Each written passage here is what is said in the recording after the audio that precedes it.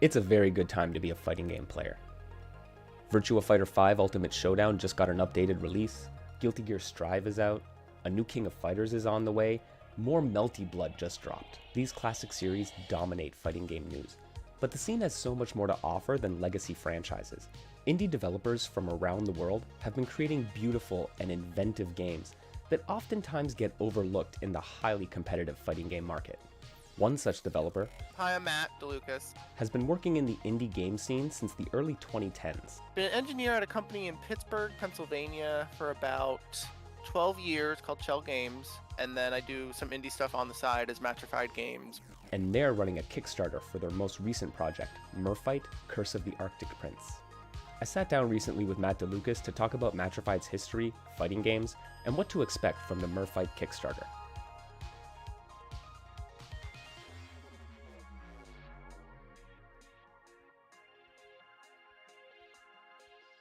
How did you get into video game development? Like, where did that begin with you? That began just from playing games when I was younger. It was always that like, oh, I want to make these one day. I want to learn how to do that. Just like drawing level designs and character designs and things like that. I went to the Art Institute of Pittsburgh, which no longer exists. So that's really fun to write on resumes. I did a lot of art classes, and then I found I was much better at programming than I was at art. So I kind of stuck in that route instead. So when you finished up school, did you move right into like a game dev house? Did you manage to get a job there, or did you start with your indie stuff? I got an internship for a few months. After that wrapped up, I got a job at Shell Games pretty much a few months after that, and I've been there ever since. And then you spend some kind of your spare time, basically, or some of your off time working on your own independent projects through Merfight. How did that kind of come about? And I'd done some like fighting game prototypes in Game Maker during college, and I posted them on their website. And then the Battle High team, which was like pretty small at the time, just contacted me. It's a 2D fighting game with sort of this elemental rival schools influence theme. So it's sort of in a school, and then every character has like a different element that they control. It's a real simple fighting game.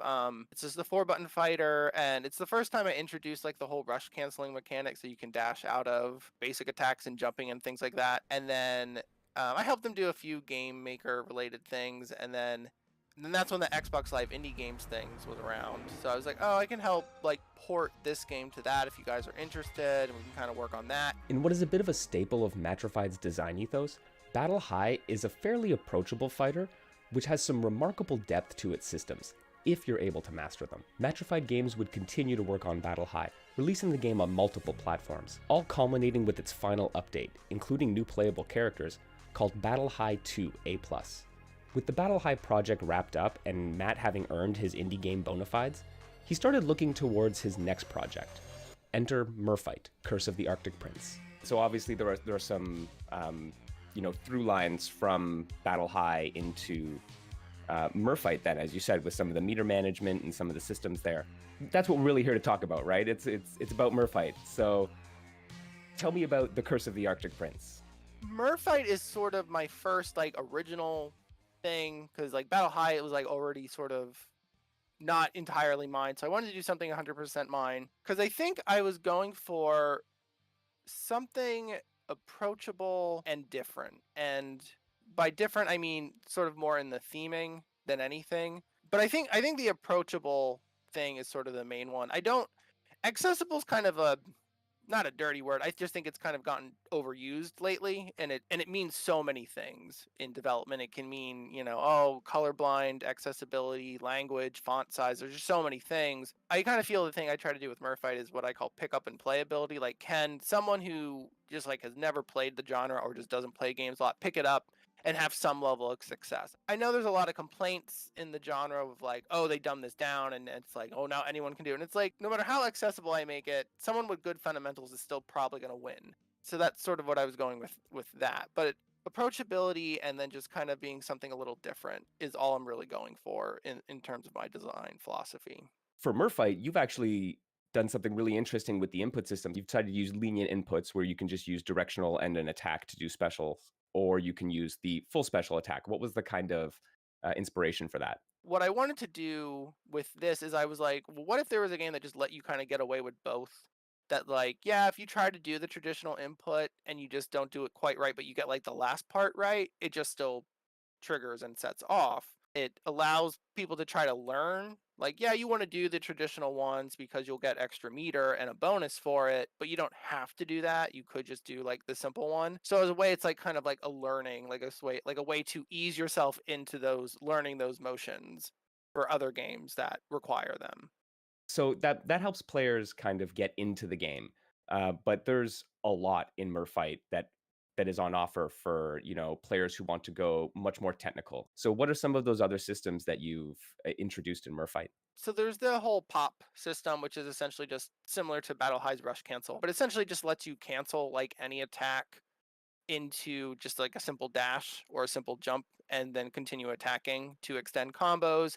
And then there's this whole wipeout meter, because one thing I really dislike in fighting games and also think is a detriment to newer players is when you get stuck in a long combo and you're just kind of waiting and there's not really much you can do. And like, yeah, some games have burst and things like that. So I have this sort of wipeout meter, I'm calling it, that like when it fills during a combo, you just get knocked out of the combo. But then you can use the pop cancels to kind of reset it and do other things. And that whole system is kind of to prevent the like 15, 20, 30-second long combos that still don't kill, but you're just kind of waiting for them to be finished. And then there's also the meter management. So you get these little pop icons that fill, but you don't fill them unless you do 1/3 of your full meter.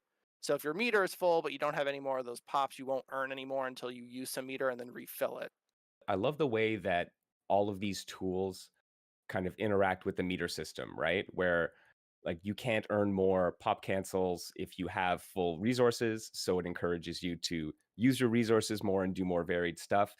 I think it's a really interesting idea that you might not necessarily see if you look at the game and you're like, hey, it's a 4-button fighter with lenient inputs. A lot of people see that and say, no, not my thing, right? And Yeah. it's like I like to think on the surface, I definitely feel that is definitely probably a first impression a lot of people have, but it's I hope people at least give it a try and see that it can be a little more than that. For fighting game fans who do choose to dive into Merfight, they'll find that it is in fact so much more than all that. Matrified Games is building out substantial single-player content with thoughtfully made story and arcade modes, as well as training tools that teach players how to play and how to improve. Matt also recognizes the importance of the community part of fighting game community. Merfight's online modes use rollback netcode for the best netplay experience and to make the player pool as large as possible. 8-player lobbies are also available for those all-important community sessions. Matrified Games has gone to great lengths to make sure everyone can enjoy the game either alone or with friends. Creating such a comprehensive package is not easy or cheap. So how does Matt plan to get this game across the finish line? Indie game dev is tough, it's expensive, it takes a long time, right? So You need to be able to support that, and you've decided to go the Kickstarter route for Merfight. Some other devs go for, they just shop the demo around to publishers, or they might use Indiegogo or try to fund it through Patreon. Why did you choose Kickstarter for this Merfight project? I definitely didn't want to go the publisher route. I started doing it. I had like 5 characters and I was showing it off at shows. And then COVID happened. And normally, what I would have probably done is like, okay, I'm going to focus on my small cast of 4 or 5, really polish them, get like a really nice vertical slice and kind of shop that around. But during the pandemic, I was like, you know what?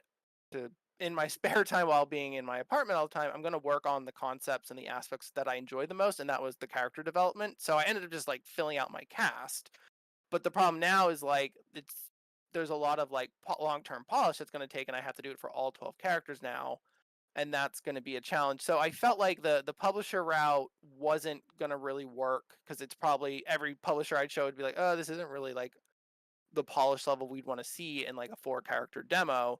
And that's probably the biggest challenge with the Kickstarter as well, is just sort of like, yeah, there's a lot there, and but there's also a lot of polish that's needed. And I'm confident I can do that polish, but because it's my first Kickstarter, that's why I'm just focusing on the VO. I'm not doing the like, because I know like there's other Kickstarters that are like, oh, fund the whole thing for like 20, 30, 40K. And I feel like I'm at a point where I'm like, yeah, I could finish this without that much funding. It's just this sort of final VO lump sum is really what I want to fund. I'd rather go for something small and what I feel is achievable than just make like my first one super big and it not really go anywhere. What are your thoughts on like what's required out of voiceover work? Like, why is that so important to really get? I think it helps give like a voice to the characters and makes them more alive. It feels like audio is a really neglected part of game development sometimes. In general, I think getting that VO in there will make the characters feel more alive and help make their personalities more stand out more. Okay, I have these characters and they might look interesting, but there's you don't really know much about them. Obviously, some more animations like wind pose animations will help with that also, and the story mode stuff, but I think the VO is sort of like one of the biggest things that will help. I think gives a lot of personality to a character that a lot of people might overlook, but they notice if there's nothing there. What are you most excited about in terms of seeing the voiceover stuff get completed? In Battle High, I had that very like characters say a thing like every attack. Think that! See this? Here comes the pain! And we kind of want to go a little more subtle with Merfight, where they're not saying their move names like every single attack. But the hope is to just bring the characters to life more in a way that, win quotes and story mode stuff can't quite do. What are you doing in terms of rewards for backers? That's always a huge thing with Kickstarters, right? I'm not doing any physical rewards as a solo person. I don't, and I've always heard horror stories with them. You like a bunch of people get shirts, and then you find out, oh, I got X amount, and I had to use half of it just to buy and ship out all these shirts that people ordered. But the main rewards I'm doing are all digital. So there's obviously your basic like a thank you and in the credits, and then your copies of the game. The ability to design an alternate color is one of them. The ability to design an alternate costume, and then finally have an NPC in the background designed off whoever you want or yourself in a the Mer theme setting. A lot of people are already asking like, well, what's the hit, startup on this attack and how active, and the is it plus or minus? So I was going to do a little ebook that's like, here's all that frame data illustrated, and try to make that look really nice. So that was another add-on. And then the final one though is very highly priced, because doing a whole new character of the game based on someone that's like that's actually twice of the funding goal right now, because it's would be very big. But I was kind of like, it was one of those like, I'm curious if anyone will do this. I have plans to lower that one later, possibly. So that's a little hint for later, but I'm thinking that over. And that was another thing with Kickstarter in general. Like, how do you price your rewards? How do you do all that? It always feels, and it always feels so varied. That's always a challenge. The price I have on Kickstarter for a copy of the game is probably going to be very close to the actual launch price. Post Kickstarter, I want to do early access on Steam, like early 2022.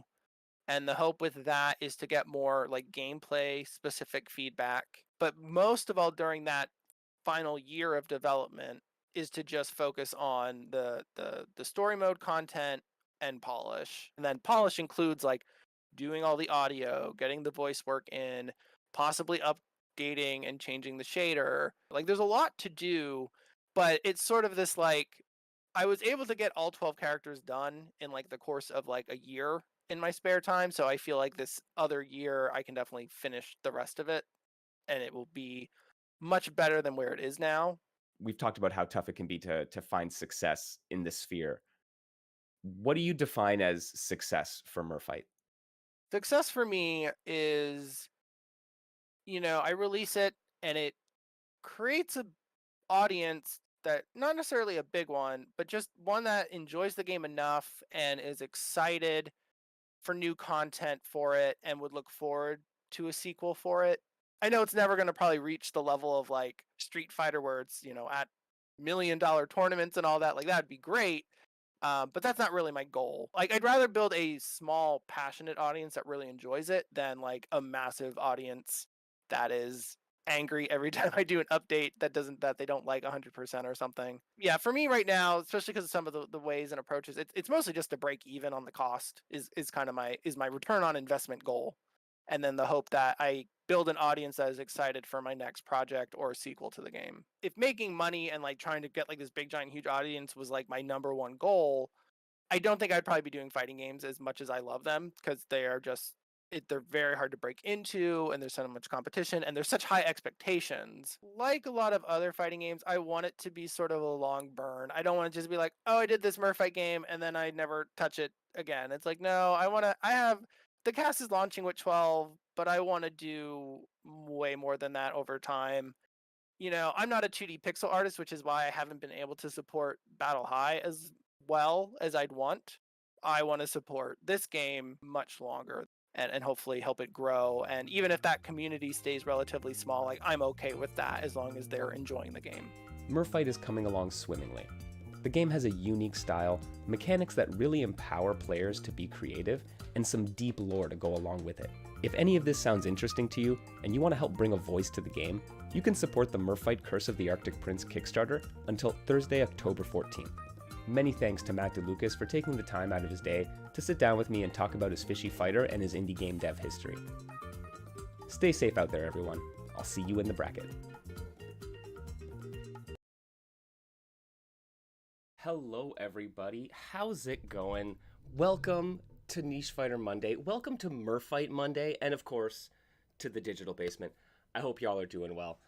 Yo, we are chilling today. It is, like I said, Merfight Monday, man. It is the launch day, version 1.0 of Merfight Curse of the Arctic Prince. Ooh boy, it's been a long road, man. For those who have been paying attention to what's been going on with Merfight, it has been in development in some way, shape, or form since 2018. And finally, in 2024, we get to enjoy the official launch of Merfight. Yo, it's super great. Matt DeLucas, you just saw the interview that I had conducted with Matt during the Kickstarter for Merfight. And yeah, they've had a long journey to get here. But like are such a like passionate indie dev. It is amazing to see the community that is built up around Merfight, and it has been amazing to see the support that Matt has offered. So big shout outs, big congratulations to Matt and to everyone in the Merfight community. And we're gonna have fun today, man. We're gonna talk. We're gonna do some FGC talk stuff. I'm taking you to class. Yo, we did fighting game sociology, several months back, and it's game business dev 101 is what we're gonna be doing today.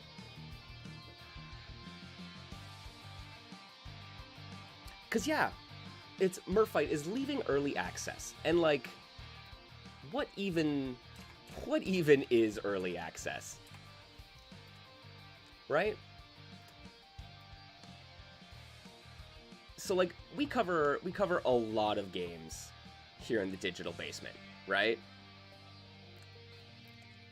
we cover stuff like Frostfire. What else do we play? We play a lot of like Beast of Mystery from Utrex. That's a new game that's in development, right? It's out in an alpha form. Dragon Blast, which is an old Dojin game from the 2000s that, you know, never got completed.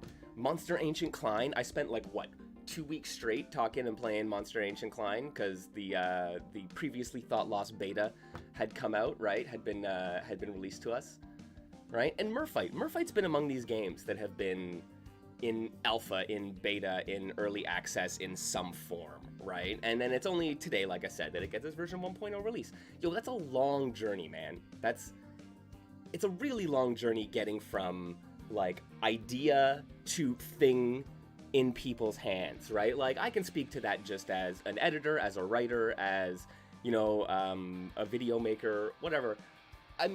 It takes a lot. Like when you have these ideas in your head and then you get them, once you get them down onto paper, which is its own struggle, you then have to like produce the thing, right? You gotta like make the video, do the stream, right? Like finish the art piece, create the animation, whatever it is. And that's always a long ass journey. So I think it's worth looking at what this journey is like for developers, for indie devs in particular, as they progress through these phases from like prototype through beta onto like their full releases, right? I think it's also worth talking about like what the stages of that journey actually are and what we as players think about them.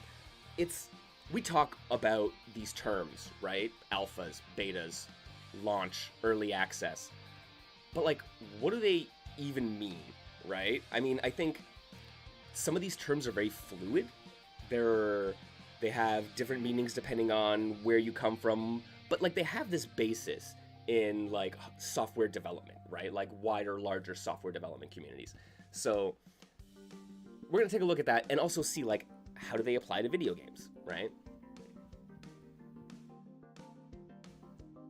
And I'm hopeful. I know we have a couple. I know Andrea's here. I know we have some folks who have dabbled in writing and creating and developing their own games, whether it be digital games, tabletop games, right? Writing articles, all that stuff. So you'll have an idea of what it's like to progress through these steps, right? So let's talk about them, because these are like kind of the common terms that are used when we talk about in development games, right? Like you can start at the idea of like the proof of concept, right? And a proof of concept is just more you know, theoretical in nature. It's a design doc. It's your pitch, right? It's the thing that you like, you write it out and you're like, can this thing be something I can make, right? What do I want to see out of this this product, whether it be in software, right, a database system, or whether it be a video game, right? And once you have your proofs of concept, chuckles nervously, Andrea, because you never have design docs. And this is what I say, these things, like, these are not rules. Like, I want to actually, before we get too deep into this, right, giant caveat that this is not how all, like, product development and software development works. And yeah, we're gonna talk about some things like the minimum viable product that might be actually more relevant to the way our indie devs operate, right?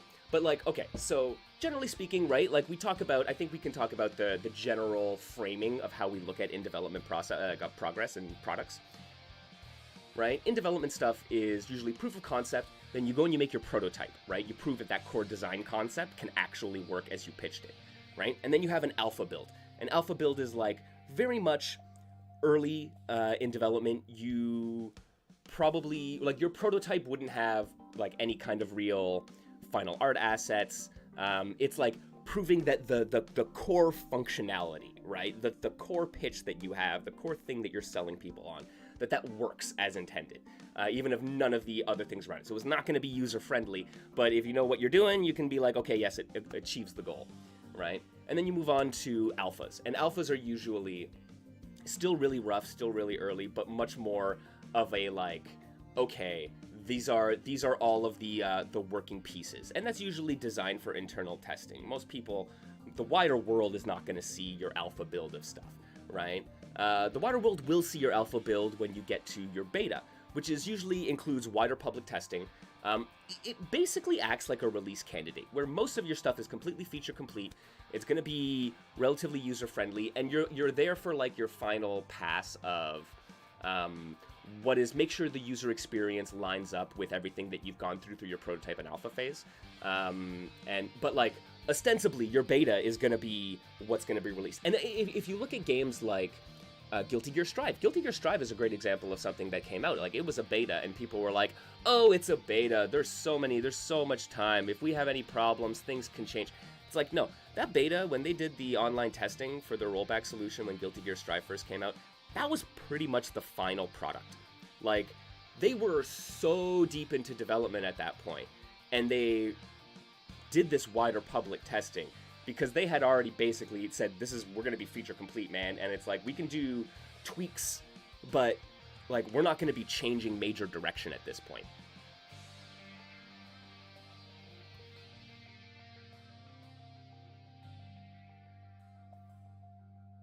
Interesting, Andrea. Historical fact, the alpha for Schwab's 6 characters very well was seen by a lot of people because of the fortuitous circumstances. Ah, right, it ended up being a bit of a star on Game Jolt, if I'm not mistaken.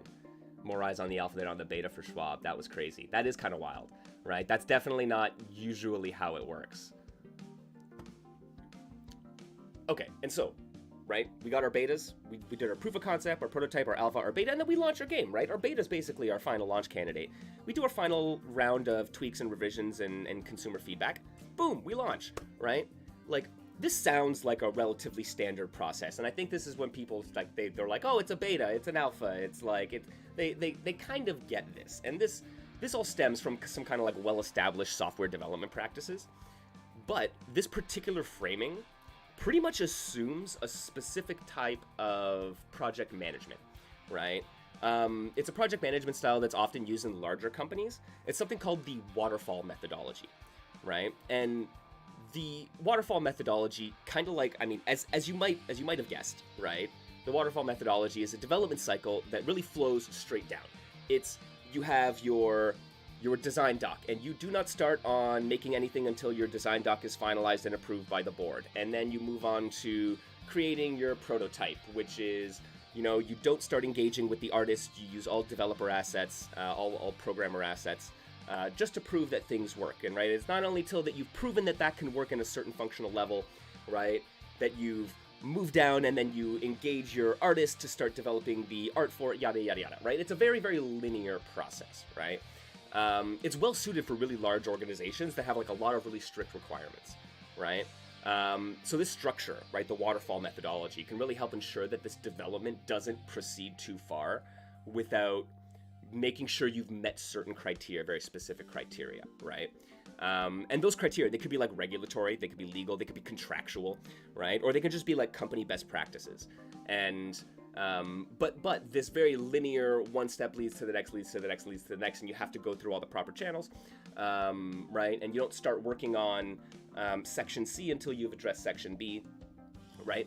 That waterfall methodology, I think one of the best, like a basic, super basic example of how that works and why that happens at large companies is like, look, Capcom would not want to like build out all of their 3D models for Marvel vs. Capcom 4 without making sure that their concept art actually meets Marvel's IP requirements. Like, Marvel's gonna have really stringent IP requirements, and you don't want to start engaging your 3D artist doing modeling and rigging, only to realize that, oh damn, no, that's the character's not allowed to move like that. They don't actually have those, right? Those appendages aren't gonna be important. That's not the visual style we're going. Like, you're not gonna do that until you've guaranteed that you've met your contractual requirements with your partner, right? And so, like, a company like Capcom would be well inclined to implement this kind of linear waterfall methodology, right? That kind of structure is going to be super, super helpful. So they're not going to waste all this time and money, right, doing stuff that is going to just be thrown away,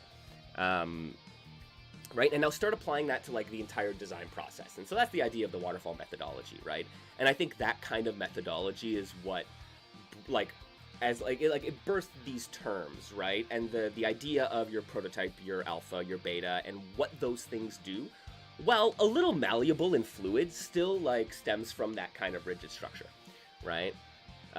So like, yeah, a company like Capcom with like thousands of employees, a bunch of contractors, tons of licensors, probably a bunch of like government and like financial requirements, they're gonna really benefit from this style to make sure that nothing slips through the cracks, right? This is a style that's long been used in wider software circles.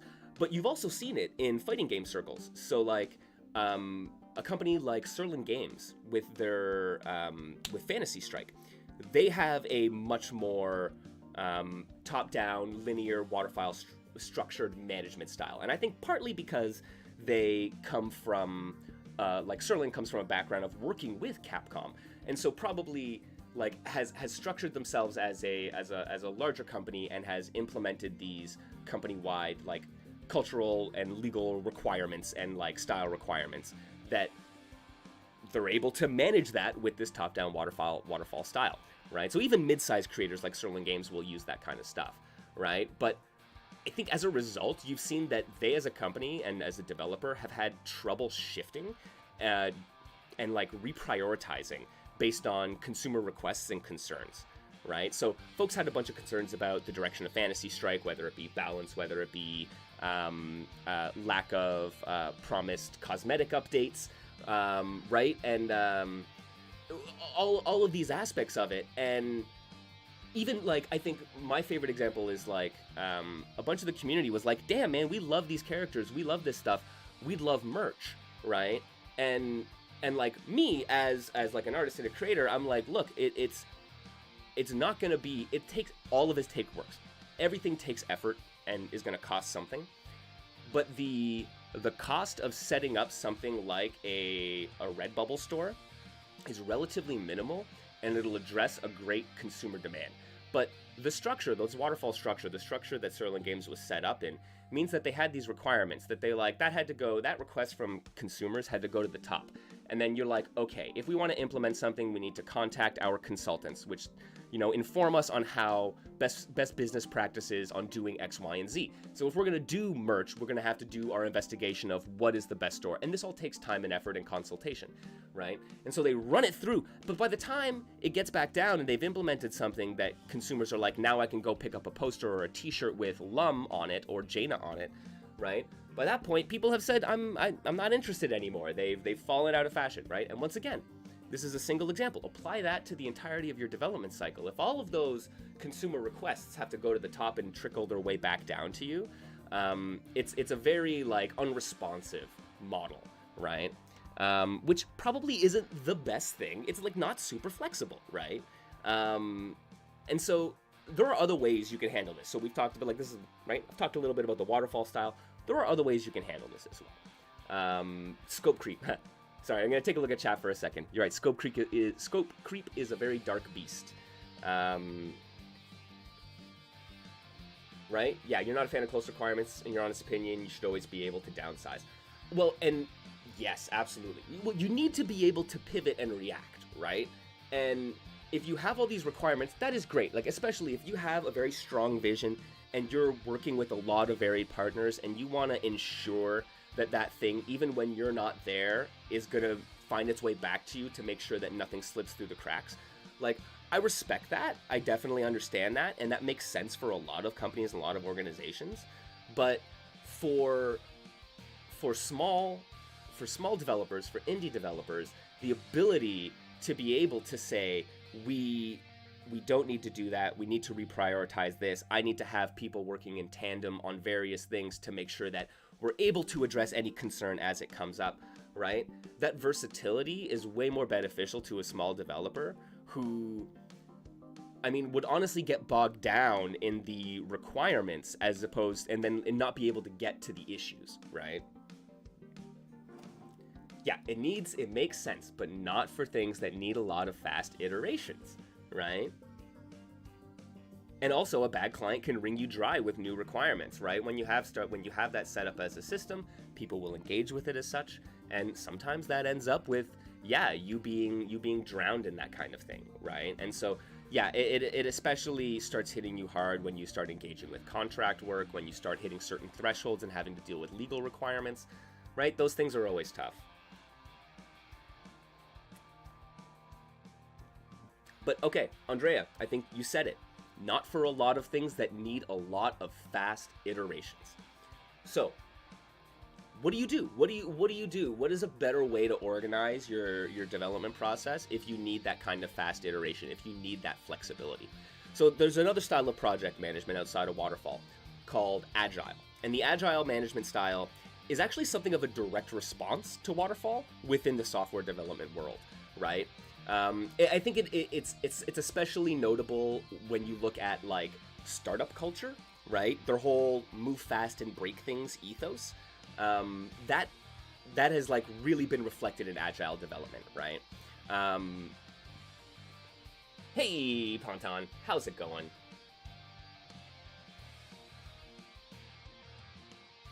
Game development equals super hard. You had to write about Agile for work? I may have actually stumbled across it, Mohast. I would not be surprised. So, Agile development. And hey, yo, we have an expert in chat. Don't worry, friends. I've done my research, but we have experts here. So I think...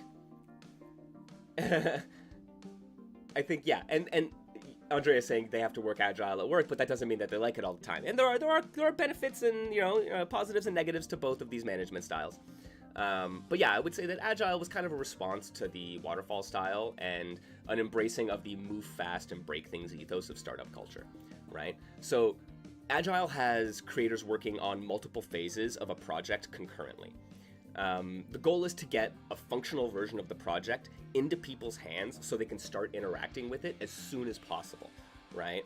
This helps create a really quick feedback loop with frequent user feedback that you're able to act on right as it comes in, right? So this way, creators are able to respond to player concerns. So like we gave the example of, right, like Strive being too far into development for any major changes to how it was going by the time the beta got into players' hands, or the Serlin game style of development, which is more structured and rigid and linear, which led to some issues in addressing player concerns. But this is actually how a lot of indie devs work on their games, especially when it comes to early access releases, right? That kind of allows that immediate feedback. And so, what did I say, right? You want to get the goal is to get a functional version of the project into players' hands. And Mohas said it very early on in this stream. Minimum viable product. The MVP becomes a very important part of this equation now, right? And this is where you kind of start seeing the breakdown, right, with the framing that we had before. So if you use the traditional framing of, proof of concept, prototype, alpha, beta, launch candidate, right? That kind of starts breaking down in agile development, because your first core goal is not to create the basic level thing. It's to get it up and running at a functional level and into people's hands as soon as possible. Like an MVP should in theory be something you're willing to like put a price tag on and sell to people. It's a functional product, right? It might be the minimum viable version of that product, as the name indicates, but it's a functional product, right? I think if we want to look in the world of fighting games once again, Beast of Mystery. It's called it's an alpha, I believe, is what playable alpha is what Mutrex has called it, right? And they created something that is a minimum viable product, right? They got a game up and running with 3 characters, fully animated, 1 stage background, 1 song, basic training mode, and button config. So from a user standpoint, it's fairly functional. I can boot up the game, I can practice stuff, I can play against my friends. There's no online, but that doesn't matter because you're selling people on the core aspect of the fighting game, right? So you can do that. You can, right? And so like they have created a product that they're like, this is the minimum viable version. That vertical slice of the cake is another way to look at it. Yes, vertical slice is another term used in software development and game dev, or art, movie making, right? You can do a vertical slice. A trailer is oftentimes a vertical slice of a film.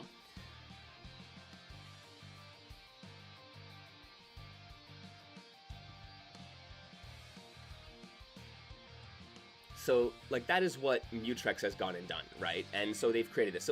So you can see that it doesn't really line up, right? Like, if you have a minimum viable product that you're selling, that is ostensibly your beta. It's basically your launch candidate, right?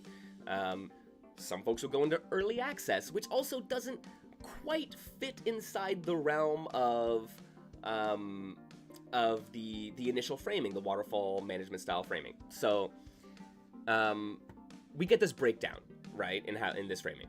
So early access, modern day alphas, right? The way indie devs test the waters with their games is much more in line with agile development, which doesn't use that typical alpha beta launch candidate production cycle and structure, right? Like I said, it's this quick iterative process. There's a lot of close customer feedback when it comes to this, and you can ask any of the devs about this close customer feedback, building a community, getting a Discord going, getting the constant feedback from players, whether it be analytics from in-game or just like social media and, like I said, Discord and community interactions. Like that kind of feedback can be overwhelming at times, but it can also be invaluable.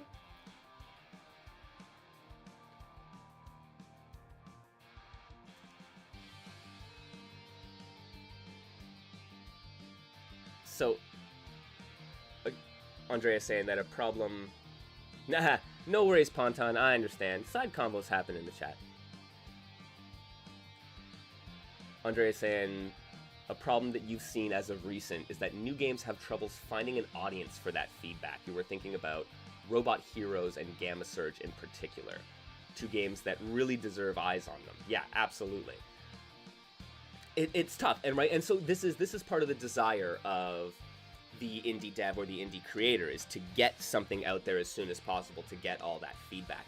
But there's a bit of a paradox in that you've seen a pushback from a lot of video game fans and gamers about early access games, about perpetual early access games, right? This idea that something goes into early access and then 9 years later it's still in early access and you're like, is this game done? I don't know. Like, it seems like a fully functional game. And then other games that go into early access in extremely, extremely early states, more like prototypes, right? And so the spectrum on that can, I think, really frustrate a lot of players. And so there's a bit of this paradigm of how early do you put it out and what state do you put it out in? How much feedback can you get? Can you get enough of a, right? Because a lot of players don't want to look at what is a very, very early style of game, right? So, you know what? Actually, maybe this is a good time. Like, let's shift over. So, like, what is a better way to look at this, right? Like, what is a better way to look at this from a player perspective to not be kind of disappointed or have the wrong set of expectations going into a game that might be a prototype versus an early access versus whatever the case may be? And how can we look at the games and these stages of development from the developer's perspective to know when is, like, what is required out of it and when should, like, you be pushing this on people, right?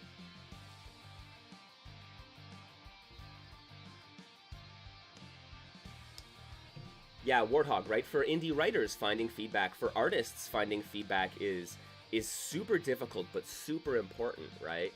So getting into the right communities and being able to present things in a way that, like, people will be able to latch onto, right? I think your average art fan doesn't necessarily want to see early sketches and line art. Maybe they do. Maybe I'm wrong on that, right? But I think a lot of people like seeing the impressive finished pieces.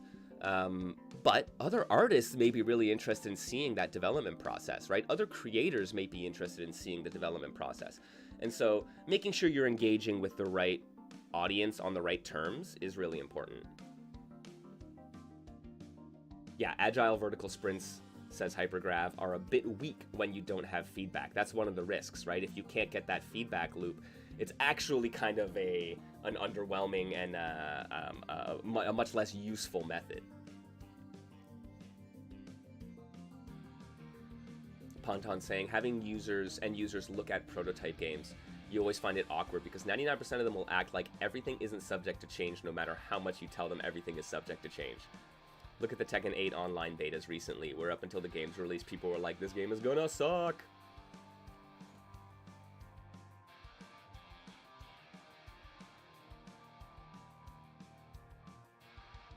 Yeah, and it's, right? I mean, this is it, where it's like,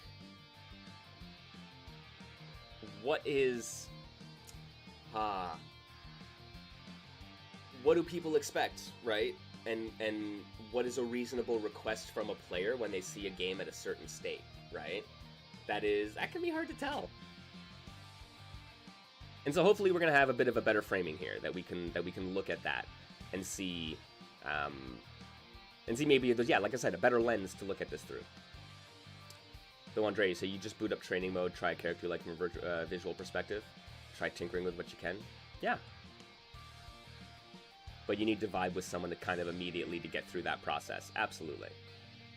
Well, and this is it. Like, for me as a player, like, I check out a lot of really early development stuff. I don't mind if I have to use anti-micro to set up my arcade stick. So if there's poor, like, controller recognition or no button config, I can manage, right? I can deal with having no graphics settings. I can deal with having placeholder art for a bunch of animations. That's fine for me. But a lot of players look at that stuff and balk, and they're just like, what is this? Why is this game even here? Do not show me this nonsense, right? Yeah, gamers going blind. Another thing comes to mind is people you've talked to really don't like going to Patreon to support for games like Fury Royale, Frostfire, Hell Versus. They'd rather wait for release. It is... that is another thing, talking about player expectations. A lot of players expect that if they're paying for something, that they should have it complete and outright, and right, and that's that. So it kind of clashes with the minimum viable product, which is like, look, you can buy it and purchase it, and it's going to be iterated on over time. But yeah, the I'll wait until release is a real phenomenon, and it is one of the things that when you hit MVP demo stuff and early access, there's some friction with the player base.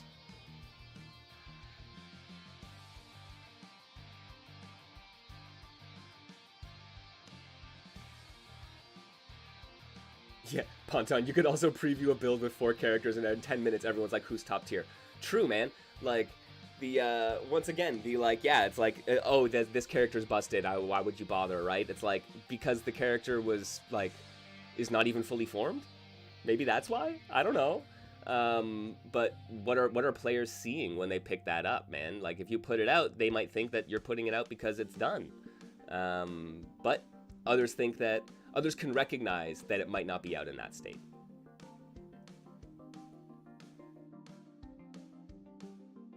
Hypergraph saying, there's a lot of devs that seem to be shifting towards a hybrid waterfall, with either Kanban or Agile, iterating on vertical slices to prevent losing the forest for the trees.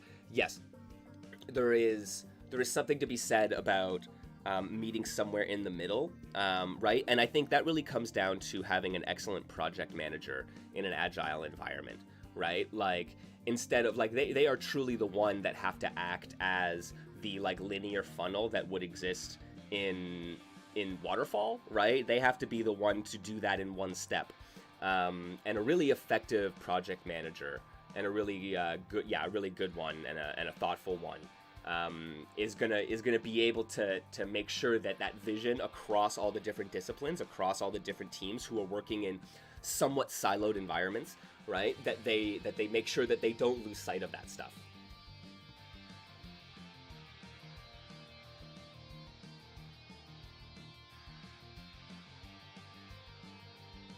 But yeah, Andrea, you're one of the folks who wants to buy something once it's at least halfway complete, which is totally fair, right? So it's worth looking. Yeah, it's worth looking at what even an MVP is.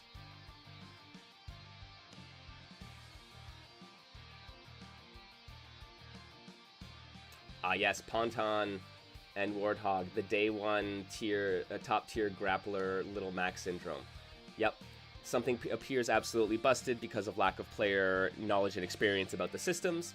Once that stuff gets kind of hashed out by players, which really realistically doesn't often take that long, you start seeing what it really is. But yeah, man, player perceptions. This is an internal.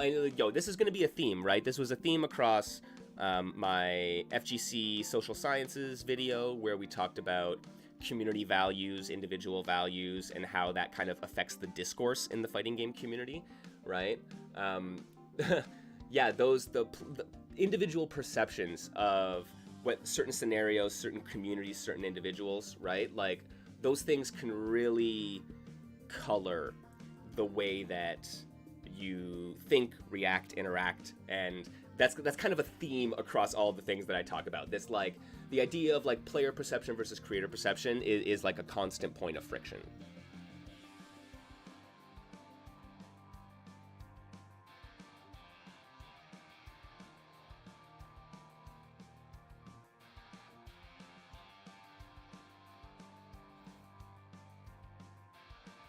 Okay, let me take a little sip of my coffee here.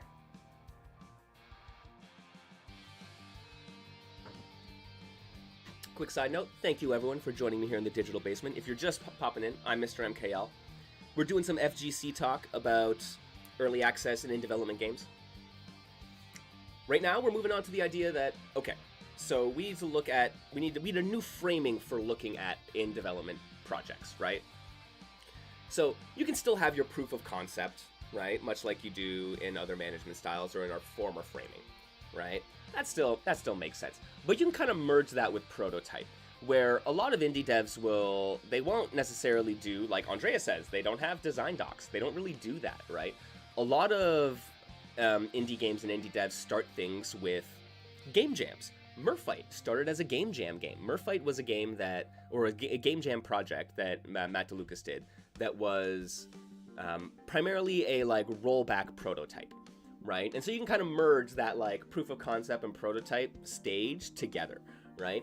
And that stuff, look, man, it's gonna be for the super early adopter. Like, very rarely, I think, are you gonna be throwing out your prototype, your game jam thing as a like, hey publishers, come give me $800,000. Don't you want to do that? Don't you want to publish this? Right? It's like all programmer art, there's like zero UI, people's buttons don't work half the time. But hey man, you like rollback works, right? Like that's what it's like sometimes for those prototypes, right? So they're for the, if anything, they're for your peers. They're for getting feedback from fellow developers, from fellow creators, maybe from the absolute super fan, the people who are like super early adopters. Like I would consider myself in that category, right? Where I'm like, if you guys want to throw me a prototype of like one character, everything looks identical, it's wireframe stages, but you have like a core, right, like whatever deformable terrain 3D fighting game idea that you want to pitch, like I'm down to try that out. Like I can parse what that is, but like most people, they are gonna be like, what is this? Right? But like once you get past that, agile development is really pushing for an MVP. It's pushing for a minimum viable product, right? And so something like this is gonna have to be demo quality, something that you would see from a major publisher releasing a demo or like a netcode stress test beta, right? It's got to be like a polished vertical slice at the very least. Something like, I keep forgetting the name of it. Is it Omen of Sorrow? No, it's not Omen of Sorrow. It's the other gothic fighting game. Oh, I feel so bad. I always forget this game's name. But yes, right? There was a fighting game recently, dark fantasy kind of style thing, and it came out with a very, very, very solid vertical slice. It was super polished. Everything that was in there, I was like, I could see that in a final game. When I was playing, yes, the one from the Italian team, Andrea. The Kickstarter for it sadly failed. Yeah, with the uncapped FPS. That was one of their big selling points.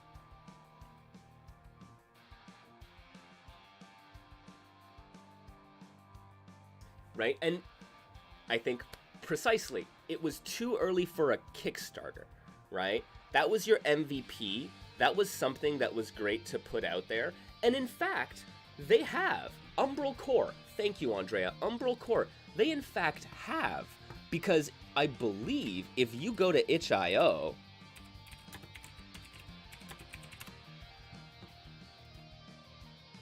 you can rate today. You can go to itch.io and purchase that MVP for $30.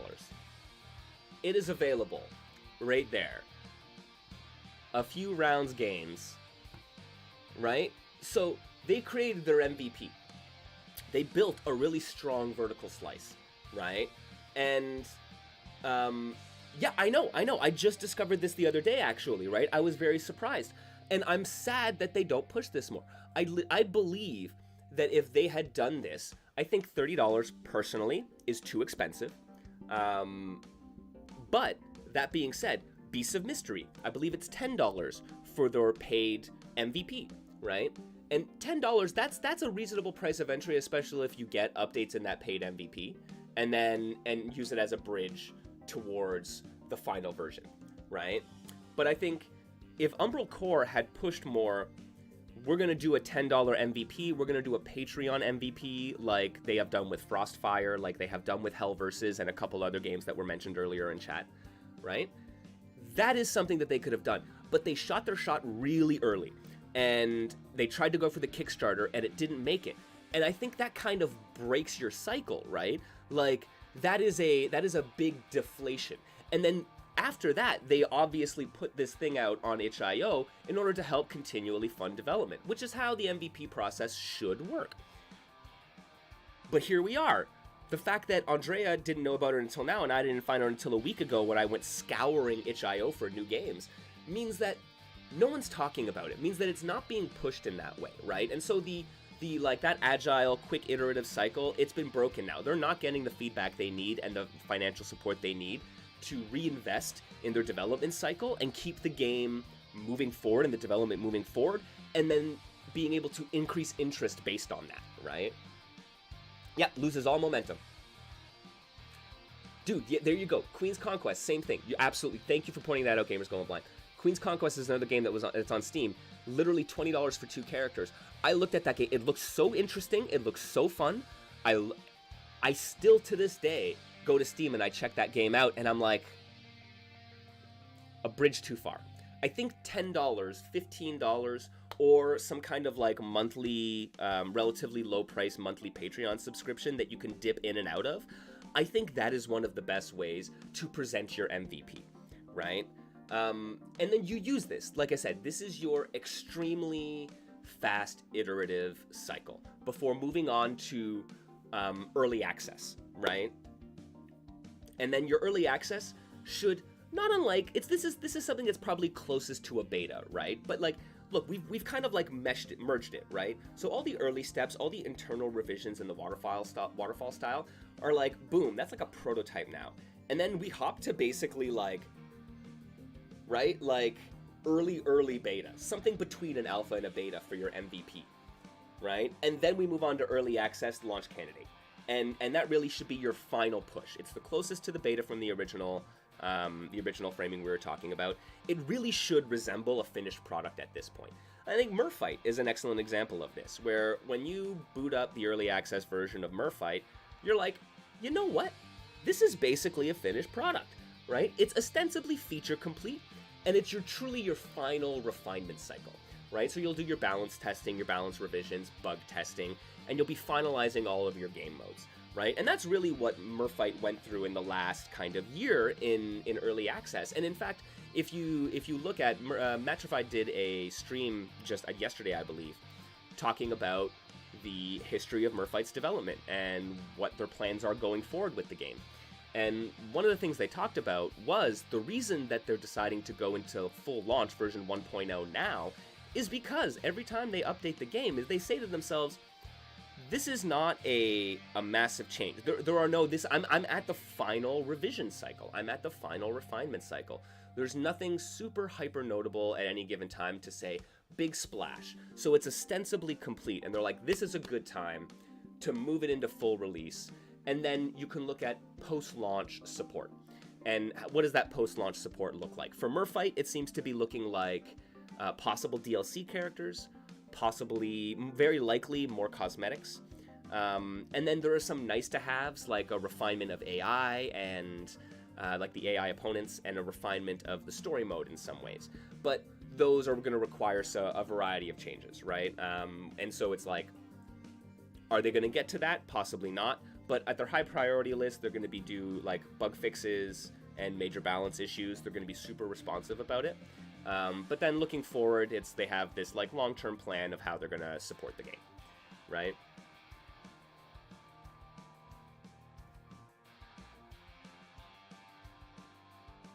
Andrew saying with the rise of crowdfunding, people kind of forgot that it is a form of investment and forgot how things were done before.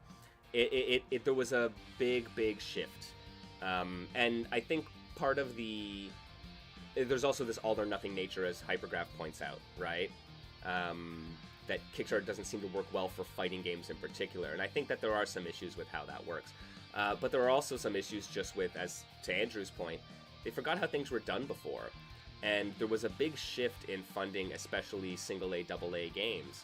And the world of Kickstarter kind of really changed, and the world of crowdfunding really changed as player perceptions about that investment changed, along with some notable failures and some lack of support from, hey, guess what, developers working on early access in development games, right? So there were some issues there, and now there's another shift back away from, right, like it's no longer one dude. The indie game, the movie era of game development, of indie development is over, right? We are not Super Meat Boy. We are not Fez. Like, this is not where we're at anymore. And we see a lot of the indie stuff moving actually up into the double A tier with stuff like, you know, Hellblade: Senua's Sacrifice, Ninja Theory is considered basically indie. You look at the Bastion developer and the Hades developer, right? And they are... right? Like, are they the same as Matrified? No, those are different tiers, right? But they're all India. So there have been some growing pains with that, and I think it's reflected in how people can choose to invest in some of these MVPs and some of these early access titles. Ponton, your fighting game for your dev studio, you had been asked if you would be doing a Kickstarter for it, and you declined to do it because for you the Kickstarter would come out of maybe at the end of production, where you can say need $15,000 to implement GGPO networking license, or some other things that we'd be like, you'd get to, yeah, if we get the money, we're good. If we don't, then we could still release. Thank you. This is I believe one of the ways that you can get people on board. People aren't willing to support a Kickstarter or a crowdfunding campaign for a full project that is sometimes extremely overpriced, but more often than not extremely underpriced, and you can recognize that as a backer and say, that's never going to get done, right? But looking at someone saying, yo, we need X amount, reasonable amount for GGPO licensing, for networking implementation, for voiceover work, like Matrify did with the Kickstarter for the voiceover work in Merfight, right? That is an excellent way to kind of make it reduce the risk and reduce some of the like hesitation that players have around supporting projects in that way. And I think that is an important shift in how you can choose to go about early development and early access, right? So yeah, recognizing that you get yourself to a point, right, possibly with an MVP, and then you do a crowdfunding campaign showing off your MVP that has been worked on over the course of a period of time, and then you're able to get that final implementation to get into your early access launch candidate phase, right? I think that is very astute, and that's something that's a shift that needs to happen, and I think it's starting to happen, especially as we've seen several pretty notable fighting game Kickstarters and crowdfunding campaigns fail. Like, I'm surprised that Pocket Bravery's Indiegogo campaign didn't go through. I'm surprised that Umblecore's Kickstarter didn't go through. These things are like genuinely shocking to me in some ways, where it's like, based on the support that I had perceived, the fact that they didn't succeed was kind of like, damn, okay, something's off here. So how do you address that? That's definitely one of the ways.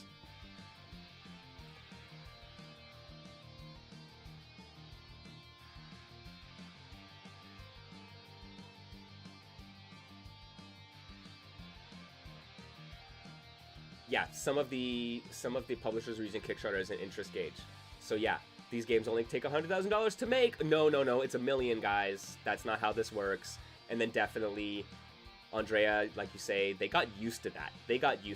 And that's not the reality of how it works, right? And so we're going through a bit of a reset in how players and now developers are approaching these things.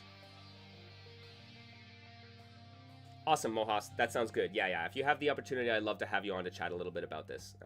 We're still going through. This has been an amazing discussion, folks. I really appreciate y'all coming by here and chatting about this stuff. I think talking about the reality of how our games get made, our favorite games, the games that we love to play, how they get made, like, that's kind of important to think about. So, I mean, like, look, man, this is not this is not a comprehensive guide to building and releasing games. But I think it is a gateway into both players being able to think about these things more analytically and in more speak more knowledgeably on them, but also an opportunity for indie devs to communicate with us about what they need to build these games and what we can do to facilitate that without it being a, like, nasty relationship, right? Like, that's the last thing I want. I don't want a poisonous relationship between players and developers. It would be great to have one that is cooperative and can work towards sustainability, and I think understanding and communication is always a core part of that. So that's one thing I'm hoping to do here, is, like, kind of build that level of understanding and build out that communication. More discussion, less discourse, right? The discourse, it's poisonous, guys. We don't need the discourse. We need discussion, and I think we'll get there.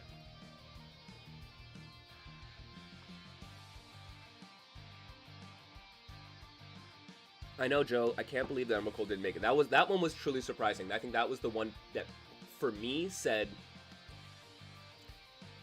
all the talk in the world is not going to change the reality of how people support these games.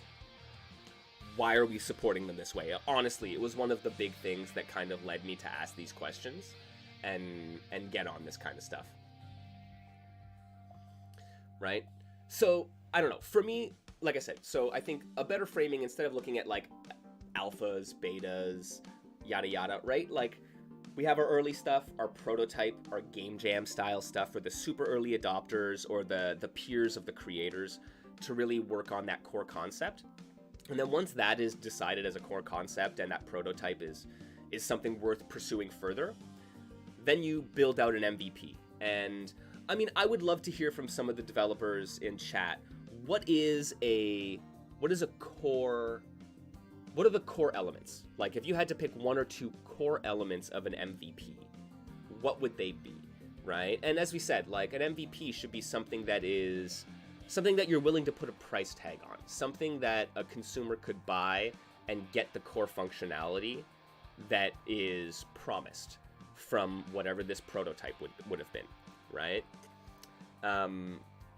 I like to say it needs to be, it better be, for fighting games, it better be as good as a 2D fighter maker game. That's my benchmark, man. If you sell me an MVP and I can get a better experience out of a 2D fighter maker game from 1998, the MVP is probably not ready. I'd say that's my benchmark.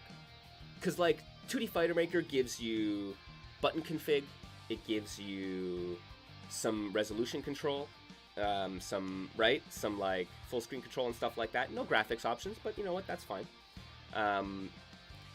It gives you training mode, right?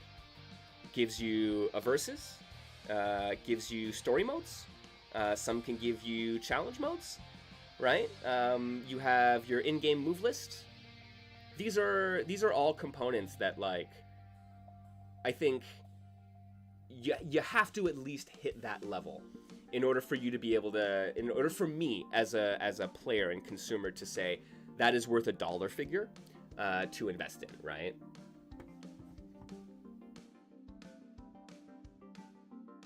Now, the issue is that, at least in the fighting game scenario, Andrea says, more players wouldn't play a game with less than 6 characters, or have quite some aversion to that unless they are niche enthusiasts. Fair point, absolutely. So like, that would be a consideration. What is the size of your vertical slice? How I guess how wide is your vertical slice is a better question, right? So the Merfight demo, right, is going to have no story mode, no challenge mode, but it will have training mode, online, no arcade mode, right? So you can do, I believe, offline versus, online versus, training mode, and that's about it. And for 4 characters, which will rotate on a monthly basis, right? So, like, that's kind of where Matt has put it, right? 4 characters, and then that sounds like a 2D Fighter Maker game to me, right? We got versus, we got, I mean, it's better. Versus online? Shit, man. That's better than a 2D Fighter Maker game. So, right? So, like, I think that looking at those benchmarks as, like, what is it going to require, I think is going to be it's an important question for players. And, Andrea, you are right. 2D Fighter Maker doesn't, they have challenges. Yeah, they don't have challenges and move lists out of the box, by the way. Yes, this is totally fair. But once again, I mean, the number of 2D FM games that you look at that do have those things implemented, I think that's a reasonable ask, right? Like, I think what I'm saying is that I should probably, if I can pick up a 2D Fighter Maker game, even if it's the best of the best 2D Fighter Maker games and kind of a fringe example in that regard, and put it up against your modern day MVP and say, this is a better value proposition, I think that, like I said, that's kind of my comparative benchmark is where I'm at. Because in fairness, you know what, man, as far as me as not a programmer, it's all black magic. So whether you're making a game in Godot or 2D Fighter Maker, like, I understand that there are differences, don't get me wrong, but, like, it's equally black magic in terms of my capability to do it. So just looking at the experience of what is being offered, the product being offered, that's kind of where I'm at.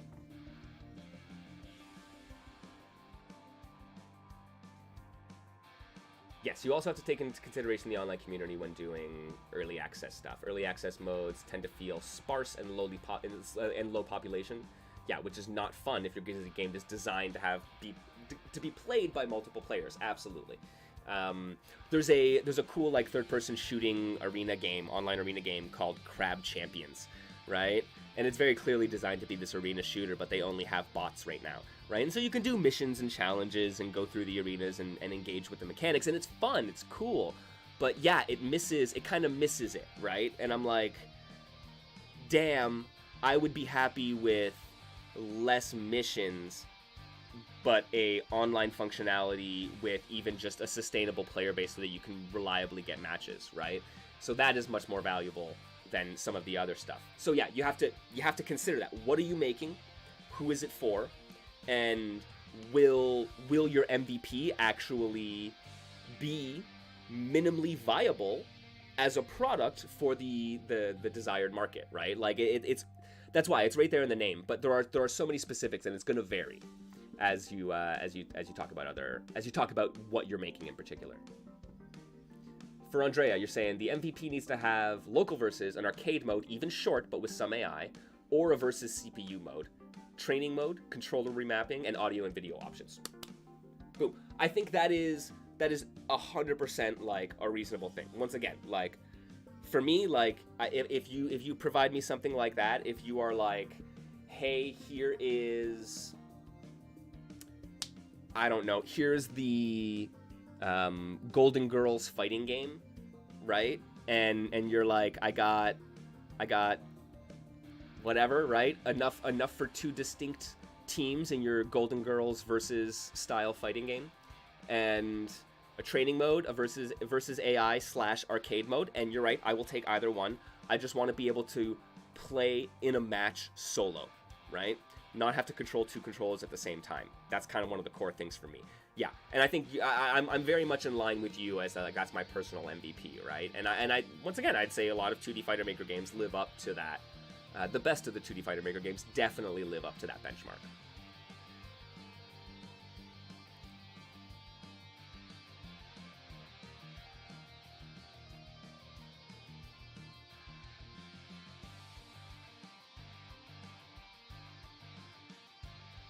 Ponton saying, like, when I was trying out Terradrome and went online but found no one to my matchmaking. Yep, right? That's a big hit. That's a big hit to take if that's your core thing. So you do have to be careful, right? And I think it is, and I'm sorry, developers. I'm sorry. I don't want to give you guys more work. I really don't want to give you guys more work. You already have so many things to do, right? But it's incumbent on you to manage that online presence and community and the health of your online matchmaking, right? And whether that be you're the best shill in the world, and right, or like the best marketer in the world, and you can just convince people to play your game, whether it's you have the most inherently compelling offering, or whether or not you are actively engaging in creating community nights and making sure people get out onto your lobbies and doing free Steam weekends and running a tournament for it that is free to enter and maybe has some kind of reward at the end of it, right? If you have a demo that people can use to play online, like we have now with Merfight, right?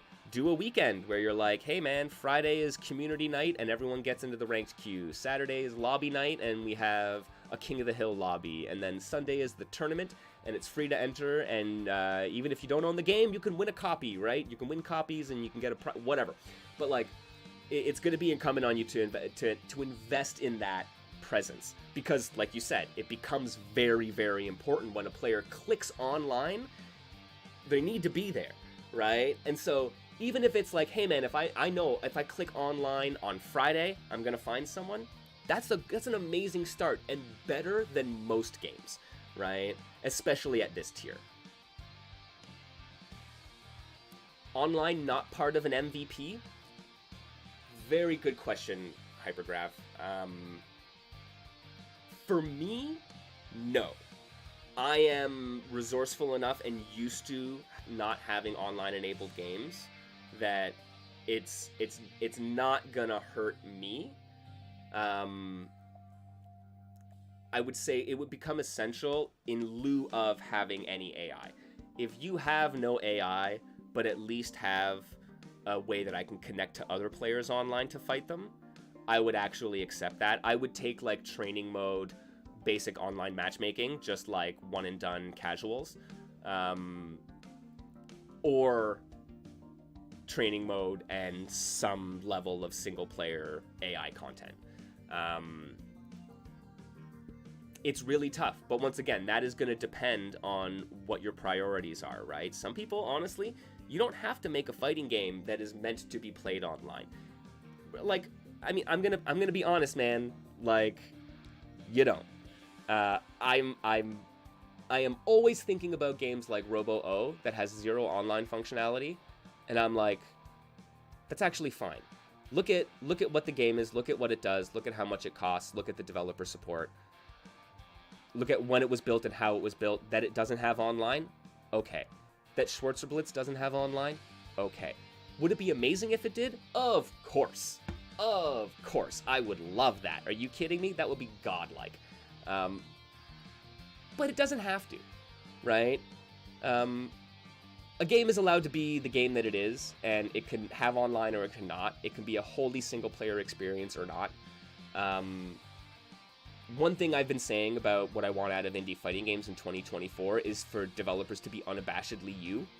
And if you, as a player, are kind of like, I don't even need to go online to play people in fighting games, that's not why I like it, that's not why I enjoy it, make the game that you want to fucking play, and you will find an audience for it. And for someone like me, if I love it that much and I want to play with other people online, dude, I will parsec the shit out of it. I will Steam remote play the shit out of it. Like, that's allowed, right? And I think we should all be able to say that's allowed.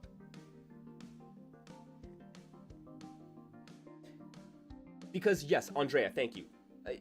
The rollback won't save you, right? Rollback won't save you. How many indie fighting games, phenomenal indie fighting games, have come out with rollback over the last 5 years and have been able to compete with the major fighting game players who have been able to garner the same mindshare? Right? Like, kinda them's Fighting Herds? Right? Like, kinda Punch Planet? Skullgirls? Skullgirls? Like, I think that's the one that we can all be like, sure, Skullgirls, right? But it won't save you. It's not, it is never gonna be the thing that is like, yeah, that's gonna get you the audience, right? You being the unabashedly you, as I put it, is the thing that is gonna get you your audience. I think that is, in the world of fighting games and indie fighting games particularly, the idea of the why me proposition, why Merfight over Third Strike, why Explode Judo over VF3 on Fightcade, right? Like, it's a tough proposition. You don't have to fight them on that, right? And I think it's possible to find sustainability elsewhere.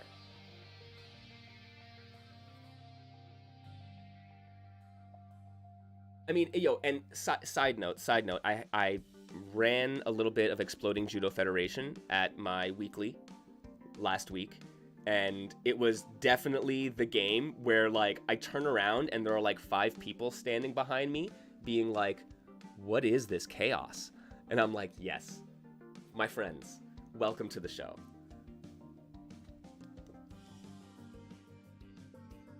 Aw, safety. Yeah, you missed that. I think you were on stream duty at that point, I think. Oh god, Andrew, that's so freaking funny. Is Punch Planet still in early access? What was I saying about the perpetual early access stuff, right? Like, I don't know, man. I don't know. Is that, should that be where it is? Is early access a meaningful thing?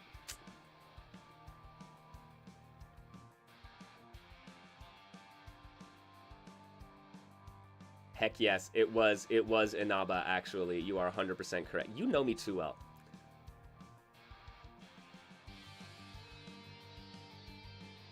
Yeah, Ponton confirming. Still marked as early access on Steam.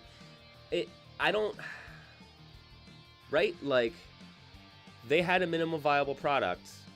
They've been working on it. But I think if you enter early access without a plan to come out of early access, you are very likely to frustrate your player or the potential consumer. I think that is something that you really need to think about. Oh, you think Ponton saying they think Terradrome is coming out of early access in a month or two? Awesome. Dude, yo, are we gonna do a Terradrome celebration as well? And exactly, Grav, Punch Planet seems done to me. I don't get why they're in early access. So that's it. When I look at you and you say early access, I'm like, okay, so what am I being promised, right? And I get worried about buying a game when the proposition is, I don't know, right? Like, it's tough, and I think that kind of, even if it's not conscious, it's one of those subconscious things that turns people off and might lead them away, right? It might be one of the reasons why you have Punch Planet on your wish list for the last 3 years and haven't purchased it.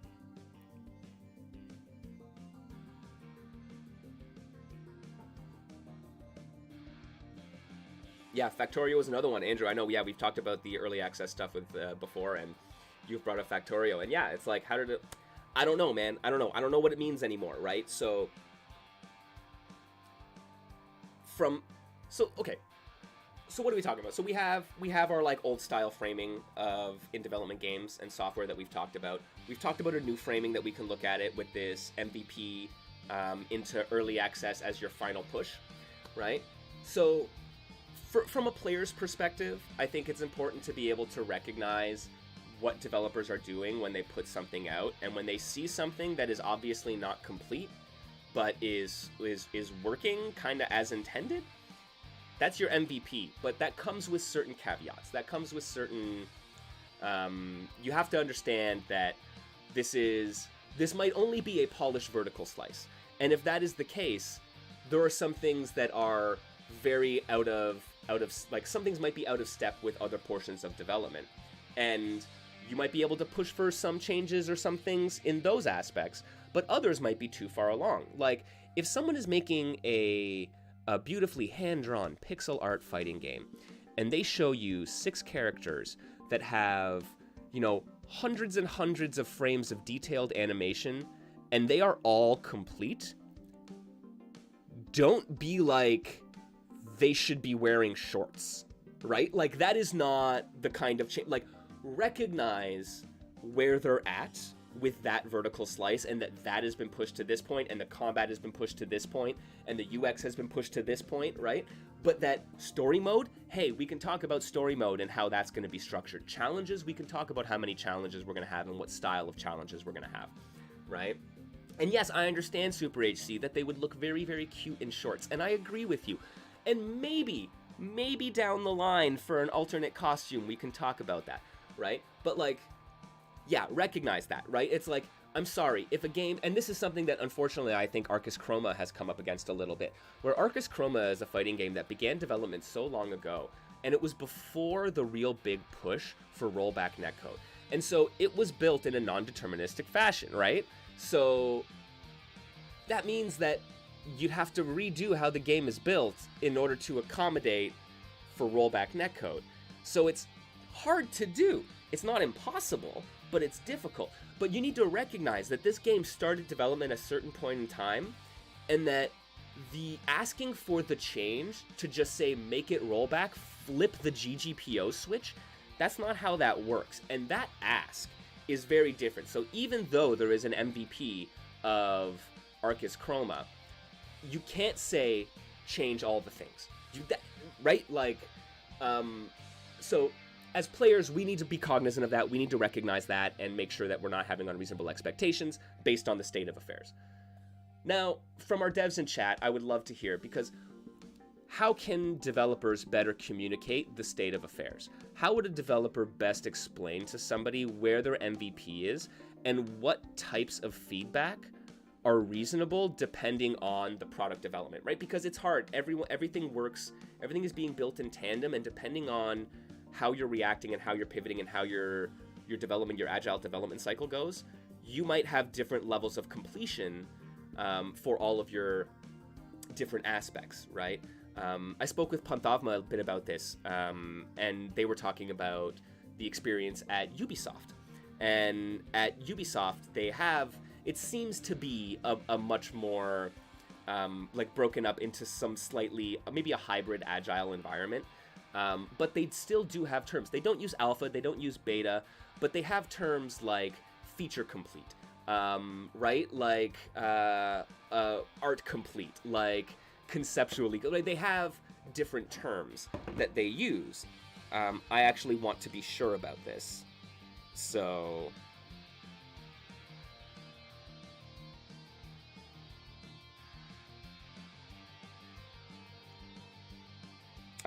yes, so they have similar terms. They have similar to prototype, feature complete, shippable, and polished works, right? So the idea that they have these stages of completion is internal to the game devs. But from a player perspective, we see an MVP, we see a demo, we see something someone calls a beta, and we think they might be all the same. That is what you've had to pass a threshold to reach that, which is not how it works. So like, how can we get that kind of communication from developers to help with that kind of understanding?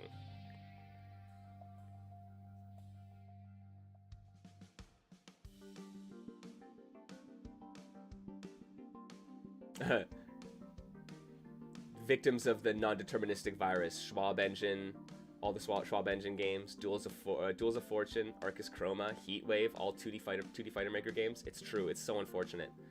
And like Warthog says, there isn't a good netcode button, right?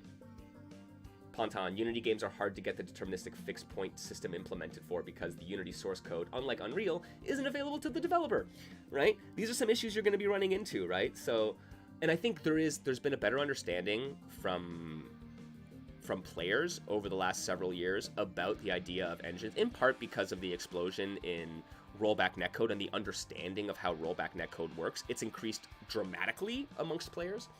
So we have a bit of a better understanding, and there's a bit of a better understanding that like people are building stuff in Godot and people are building stuff in Unity, and that Ikemen Go is an engine that is different from Mugen and all that kind of good stuff.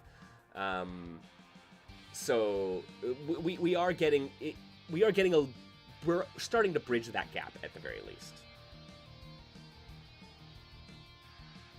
And Grav, yeah, you should be deciding if you're going to be doing rollback from day one. That needs to be important. It needs to be communicated. But you as a player might only be finding out about a game that started development in 2017, 2016, before this explosion, before the real cultural shift around rollback happened. And retconning that at this point is tough, right?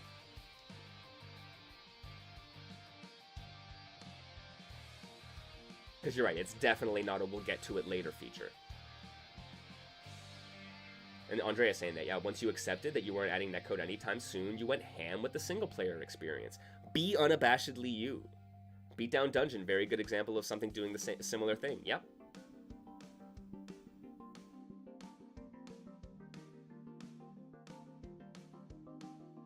Yeah, Safety Man, 2 years later in Dragon Ball FighterZ still can't find the good netcode button.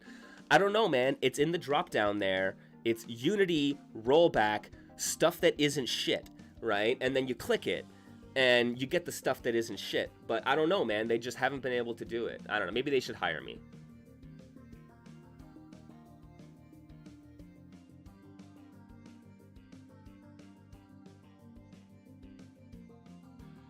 Pontown, when you're working for a publishing house, alpha was basically prototype. Beta was the all features are done and it's about bug fixing. Then Gold Master was just getting it to pass certification state. Absolutely, absolutely. And yeah, right? So like I said, yeah, the alpha being the internal stuff, all of our features are done, it's about bug fixing. Or sorry, the alpha was basically a prototype. It's about the internal testing. The beta was the all features. You're basically feature complete. This should be your launch candidate. And then doing the certification thing and the regulation thing is the last step, right?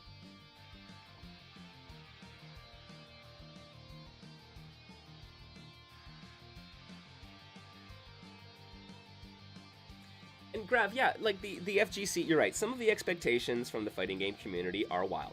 I think it's important to remember that the FGC is not a monolith, all right?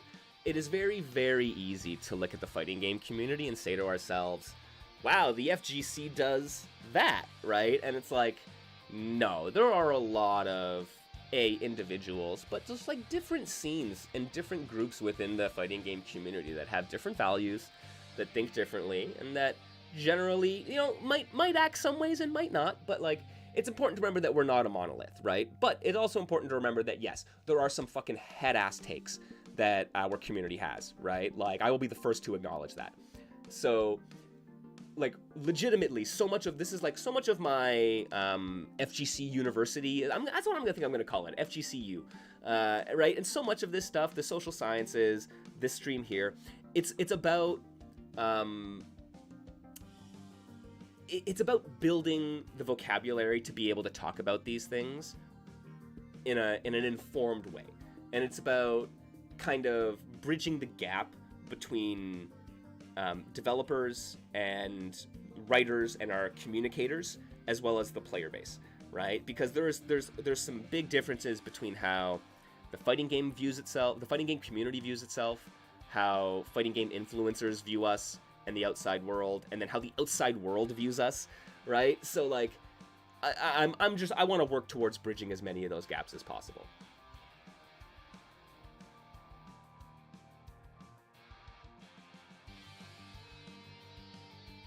I love that, Ponton. The side note, yeah, 2017. So for reference, 2017 was when Punch Planet released into early access.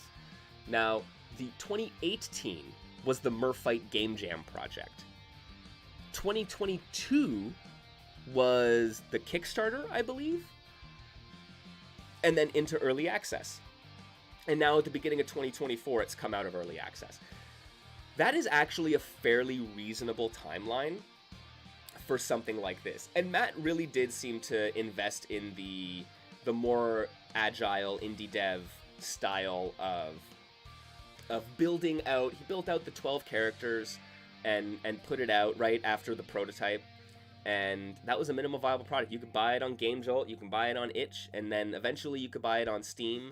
And I think that is a good way to, there's the core group of users, I think, who will spend time playing games on itch.io and GameJolt will be more understanding of the state of a minimum viable product than your average Steam user. So taking the time to do that and then moving to early access for a fairly short cycle is probably a very good way for indie devs to approach this stuff. And I think it is how they've generally been. But you've seen some fumbles with like look at Punch Planet. Look at how Fantasy Strike handled their management style being much more structured and linear, like the waterfall management style, right? That led to some issues with them being able to address their community concerns. And there, Ponton saying, yeah, 2020 was Terradrome releasing into early access, and it should be coming out now in 2024, right? Which, right, that's a little bit longer. And I mean, I think Terradrome is one of those games where I will admit I have asked myself over the years, what's going on with this, right?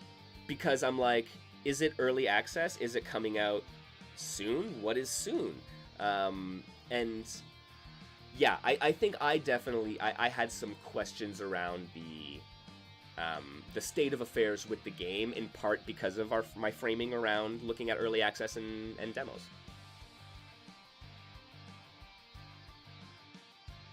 Andre has some insight into Schwarzer Blitz. The alpha was in 2017. The last beta was in 2019. And then 1.0 was in 2020. We're now going into... It's now at 1.5 with version 1.6 in the works. You just can't seem to stop, man. You are so dedicated to it. It's amazing. I love the world of Schwarzer Blitz.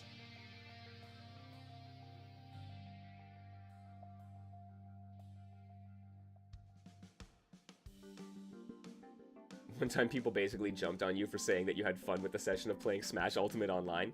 Yeah, not the best netcode, but you were able to have fun that day, and it didn't need a lecture. Totally fair, man. This is it, right? Everyone's like, oh, dude, you got a parsec? That sucks. And I'm like, you know that means I can play with people? That's awesome, right? Like, no fun allowed, man.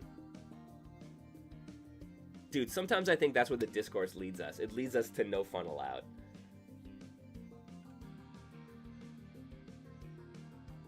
You can have fun on games with bad netcode. You can have fun on games with no netcode. Like, and that being said, yo, don't let me, like, I'm not here to tell you that you have to go play Blade Strangers on PS4 with delay-based netcode. I'm not telling you that, right? But no one should be telling a Blade Strangers player who's willing to do that they're making the wrong choice. That's what it's about.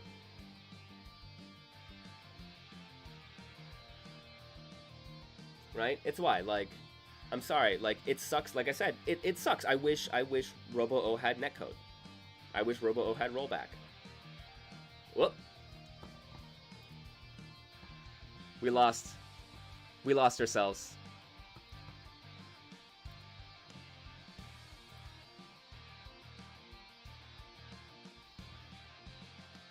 Yeah, right? I would love it if Robo-O had netcode. But you know what? I'm not going to be mad, because for a few bucks I can play an amazing game. I would love it if Heatwave had netcode.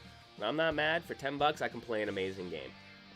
That's what it's all about, dude. Yeah, hop on Chaos Code, folks. Hop on Nitropolis Blasters. Go play some whatever is out there. That's what we said, right? Like, rollback is never going to save you. So if that's not where you want to be as a dev, I understand that. Just make sure that wherever you are as a dev is something that's really interesting, and you should be able to find an audience.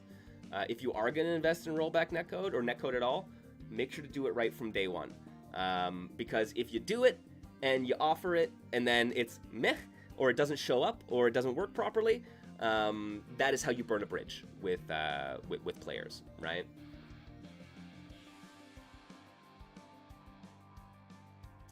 All right, friends. Yo, that was okay. Lesson over. I think we have all learned a little bit about what it's like building these games. I appreciate all the insight from various developers here, talking about their experience. And hopefully we have like a better common ground here, where it's like, when you see a developer release a game or a demo or whatever the case may be, ask yourselves, and maybe even ask them, what is your goal here? Where is your, right? Like, where are you at with your minimum viable product with this thing, right? With your MVP? What does it mean? Where are you going? How can we do it? Oh my God, Mohas, you're doing it here too. Twitter has invaded the Twitch chat.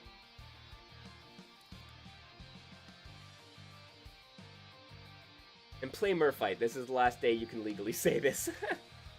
You know what, Mohas? We are going to play Merfight. We are going to play Merfight in a couple of minutes. I think that's what we should do. Yeah, yo, it's 3:30. Let's do this, friends. I'm going to take a quick little break. I'm going to get my camera fixed, get a drink of water, grab yourselves a snack, maybe grab the demo of Merfight. You can do that. It should be available on Steam. Merfight in bio.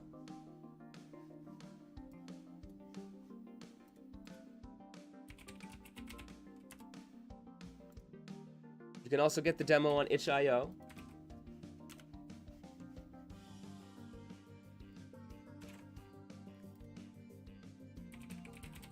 Oh, it's on, yeah, that's right. For $5.39 Canadian. Look, if you don't have $5.39, you can go try out the demo, and the demo will let you know if it's worth spending. Can we say it again? $5.39 Canadian? Dude, that's like, yo, if you're in the States, that's like less than a latte at Starbucks, man, alright? I'm sorry, Merfight is way better than Starbucks, right? Dude, it's 2 toonies and a loony. You can find 2 toonies and a loony somewhere. Get the... Come on. Hey, boy, we get a quota. It'll be fine.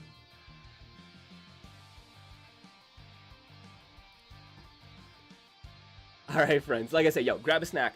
We're taking a little stretch break, and we're going to be back with Merfight because it is Merfight Monday. Let us celebrate and throw fins, all right?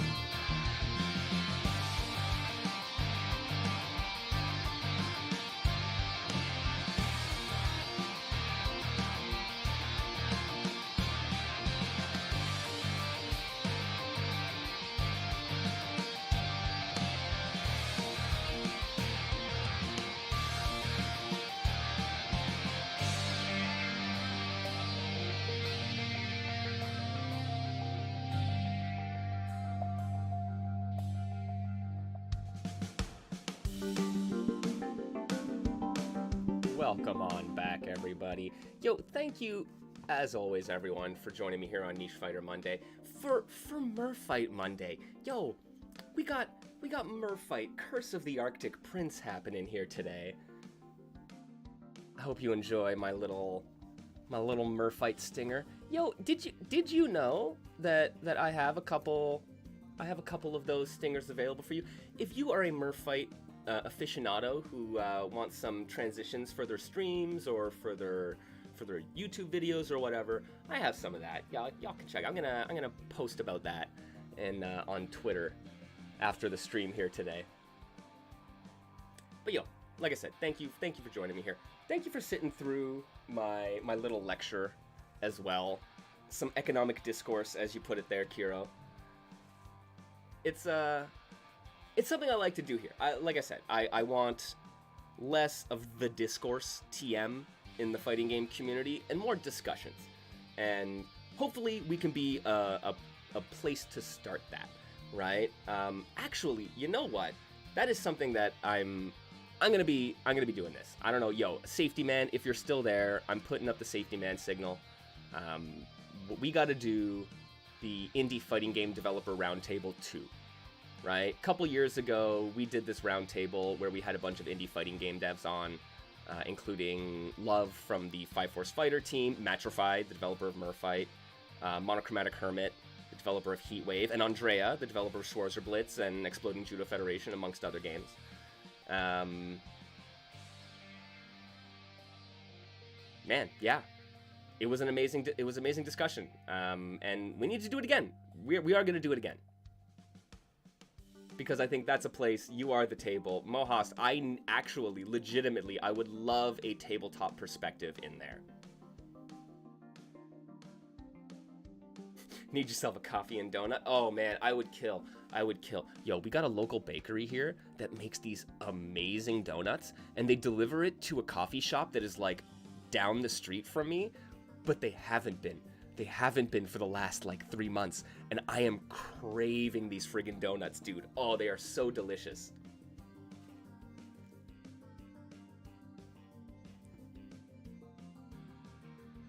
But yo, friends, we are swimming upstream and fiending for some matches. Let's play some Merfight on this Merfight Monday.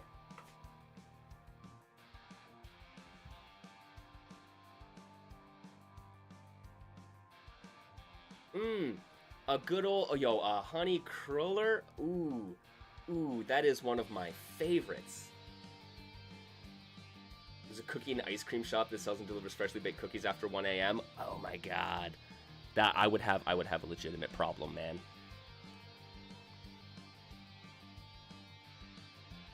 Oh, Andrew, get Tello on. That would be interesting. Definitely be able to speak to some of the engineering side of things, which I think could be really interesting.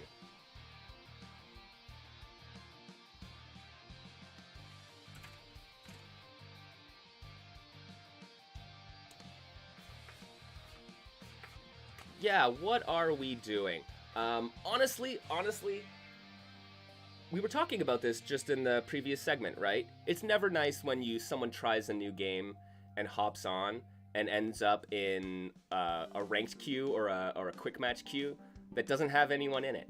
So I was thinking, and maybe this is an out there idea, that we could try to populate this queue. Worst case scenario, we connect to each other.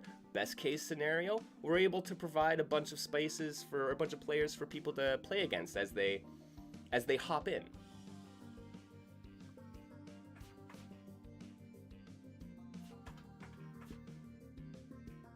On it, boss.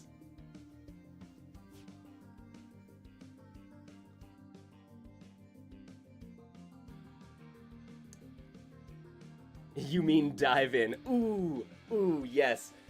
Thank you for the correction, Super HC. Can I just say, that is another one of the things, okay, from a personal point of view about Merfight. So I look at chat and I see Mohas' name, and it just pops out. Merfight, man, it is a delightfully punny game. And that is one of the things that attracted me to it. It has such like a unique style. It is. And then, oh man, it is so punny. I love it.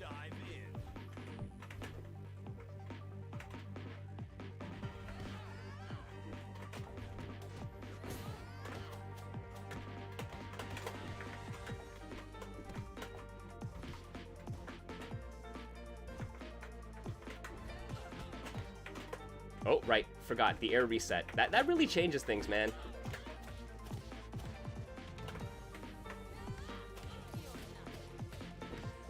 I did hear rumor that our favorite commentator is going to be going back into the VO box, which I think would be really fun. Oh, right. Low.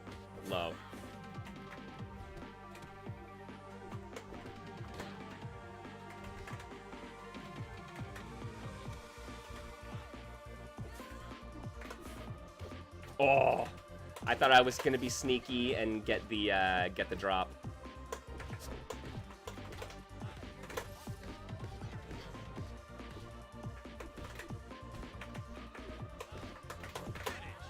Hey, there we go.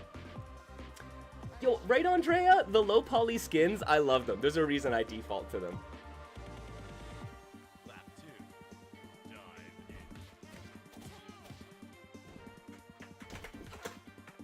So yeah, it's Oh, I caught her.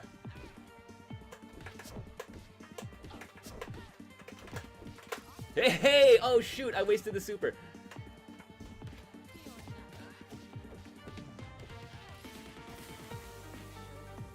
It's more fun to play than it looks. Oh, I love it. I love the speed lines, the anime lines. Oh. Nope. Got hit with the overhead.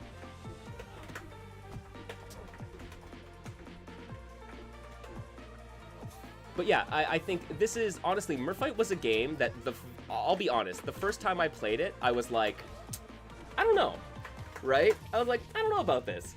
And then, but like, I really liked the characters. I really liked some of the ideas with like the pop cancel and stuff. But like, some of the feel was just like a little off, and I was like, it took a bit to get used to. But like, once you ease into the system, like the game has its own game feel, and like, it might not line up exactly with what you expect from all fighting games, right? But what it does well and consistently, and it's just like, once I got into that zone of that, like, oh, okay, I get I'm picking up what you're putting down, Matt.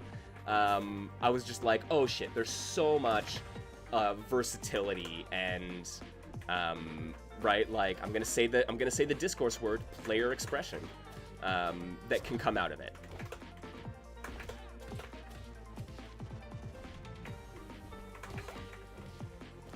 Right, but it's got its own flow, it's got its own vibe. You just gotta you gotta get to it.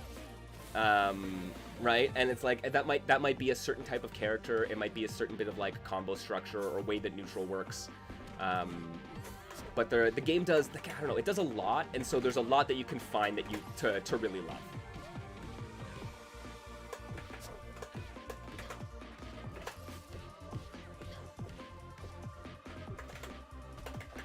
Aww.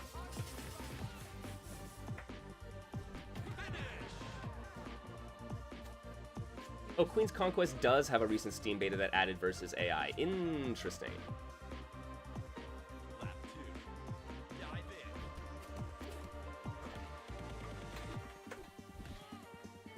Oh, look at that pop back.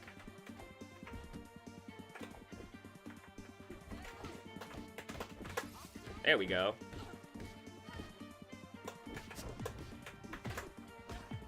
Oh, I thought I could land on her with the stomp. Like, no, I can't get that timing. All right, I gotta figure that out. Oh. Oh, I love that, man. Like, flash kicking away. There we go. To keep safe.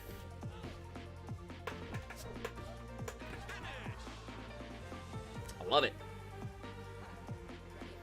And this is the song that plays on the loop in your brain? Oh, there's one that's like elevator music, which I really genuinely love.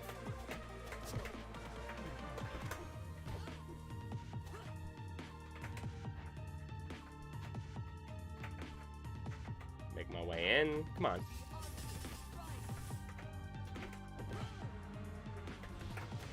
Oh, okay, caught the dash in. Good stuff.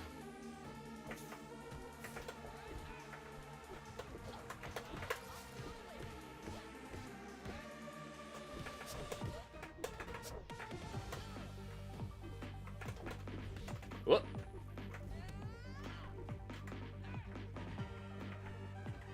Find tentacle outside of just her 5 HP. Oh. You have to challenge her. It's hard to challenge Arctina from far away.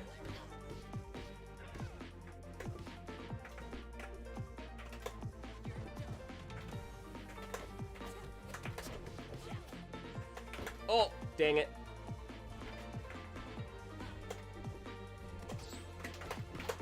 Oh no, I didn't have super meter. Oh, I got so lucky. I totally thought I had the bar. Yo, Plasma, we are actually, I'm just hopping into ranked matches in order to hopefully facilitate it so that if anybody hops online, that they'll be able to hop into a game with folks. And worst case scenario, we match up with each other, right? But I figure since it's launch day, since the demo's out, let's see if we can populate the ranked modes, or the queues at least, right? Oh, that's a good question. I'm not sure if ranked actually abides by the regional servers. That's a good question.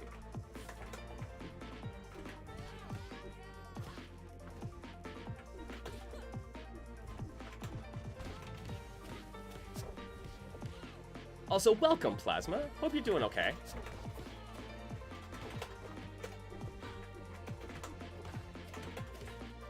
I was just doing quick rematch. I'm not sure. I was actually gonna ask, does the rank mode enforce a rematch limit? Because I figure if it doesn't after this one, I will back out.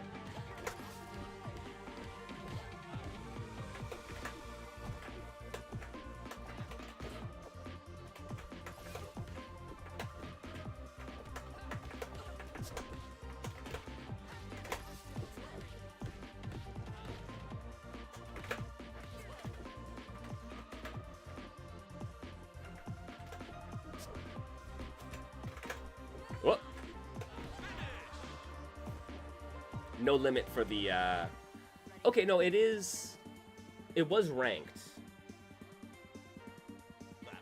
Quack match sounds like a game with ducks pecking each other. It's true. I would play Super Quack Match too.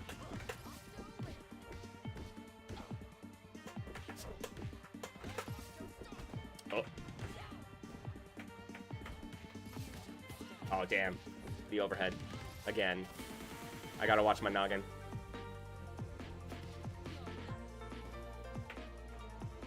Oh, gotta watch the throws, too. Oh, nice pop!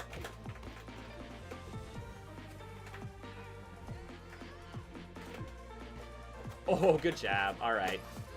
No, missed it.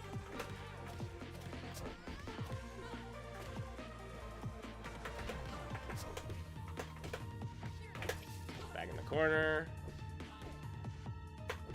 We can get a pop. No bar, though.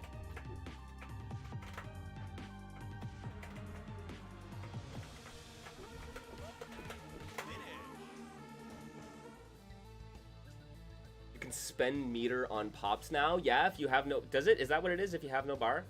Okay, it's first to 3 for ranked mode. All right.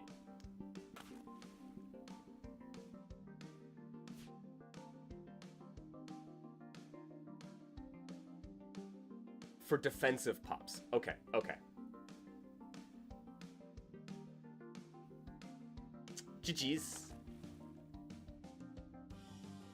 Hey, hey! Got Mr. MKL in the background.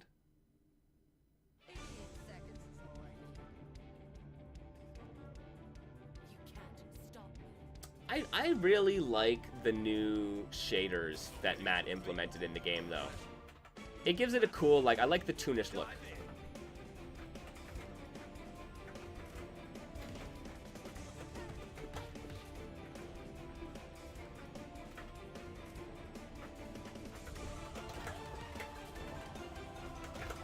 Oh, too far. Oh, it didn't keep me safe, though.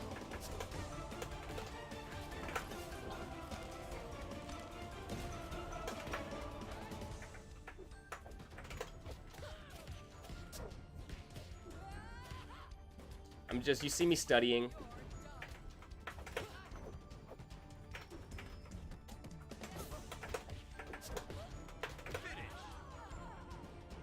Is this the non-digital basement? Yeah. Oh, are you kidding me? I would love it if my basement was this big. Like, I would totally have stacks and stacks of books.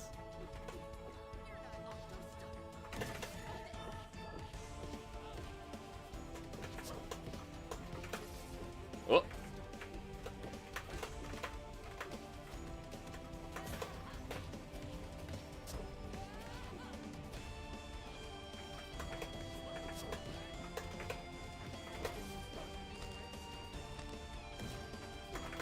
Oh, damn, I wanted the reset. I wanted the light kick reset.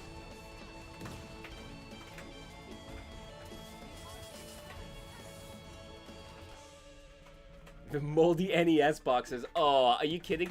You know how sad that would be, though? Like, you get, like, the flooded basement of the NES collector. Oh, that's so sad. That's so sad.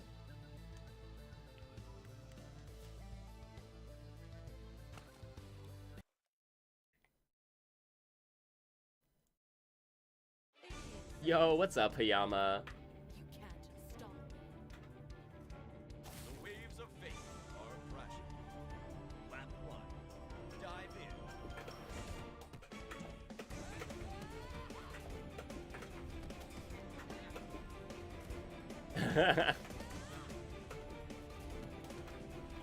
Doing well. Just trying to challenge Arctina a bit here.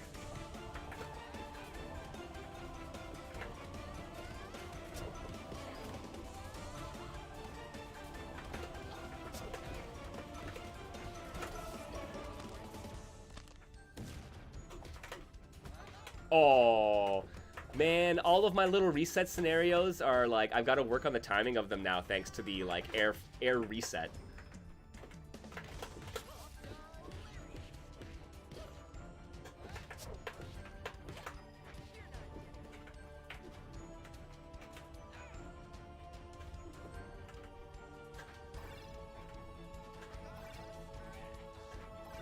Right. I got to get my health back.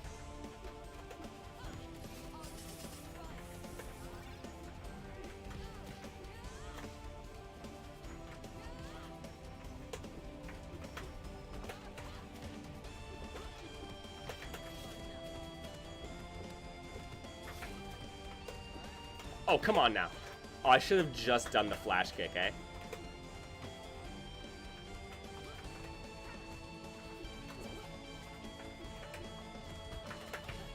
Nice. Good challenge.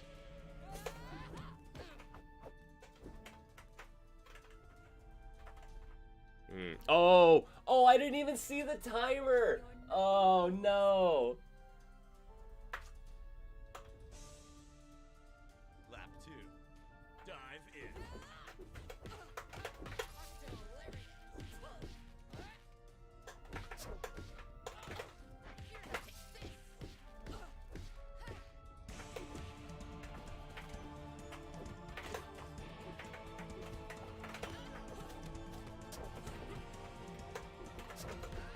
Whoop.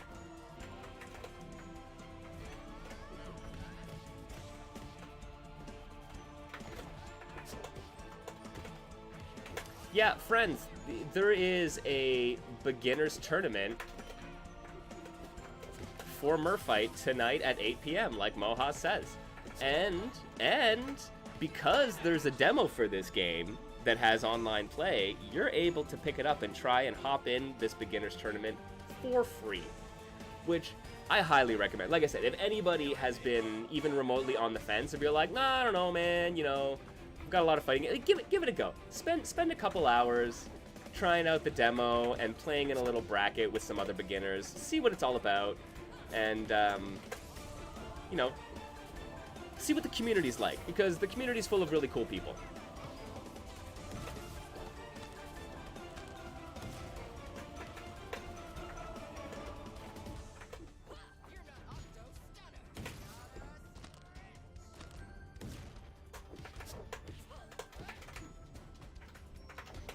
Oh, dang.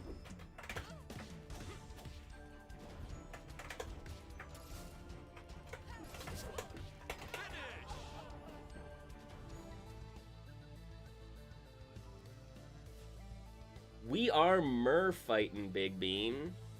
Here's what I'm gonna do. I'm gonna do the first to 2 and then hop out. 4 pops just aren't coming out today? No.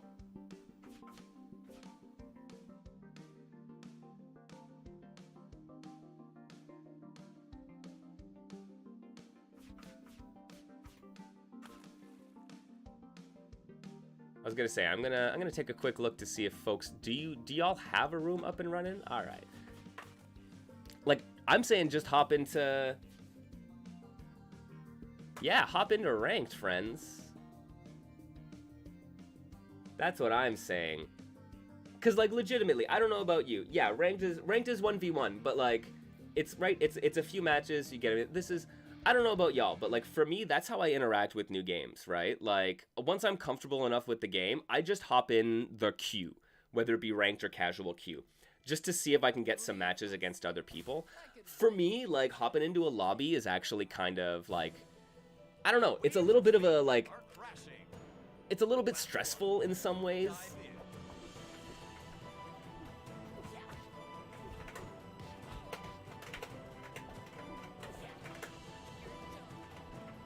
It feels like a bigger commitment than hopping in a queue for a quick sec, right?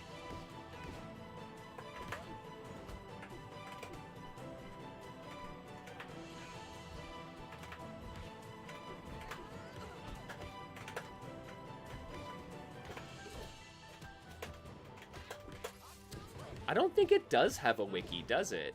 Does it have a Mizumi entry or something?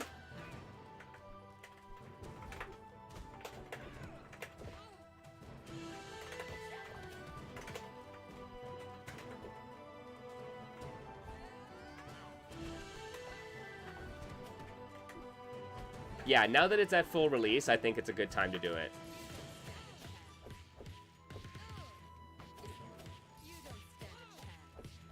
Yeah, friends, yo, hop in rank queue. Maybe you'll come across me. Maybe you'll come across someone else here in chat. Let me know how your games are going, friends. I want all the details as people start encountering each other online.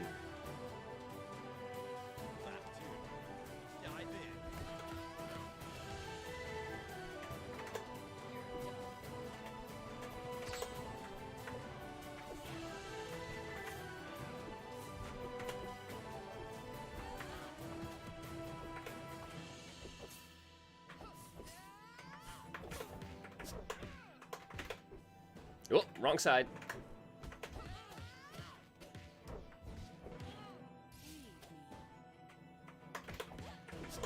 Yeah, and like, yeah, by all means, man. Like, if you want to form a lobby, we got lobbies too. We got 16-player lobbies. We got queues. We got a bunch of different characters. I'm not sure actually. I know that the demo, I believe it's 4 characters that you have access to. I believe it's 4 characters that you have access to, and I'm not sure who it is right now.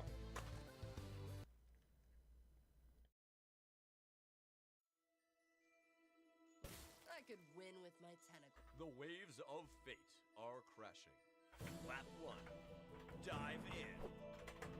You're not getting it.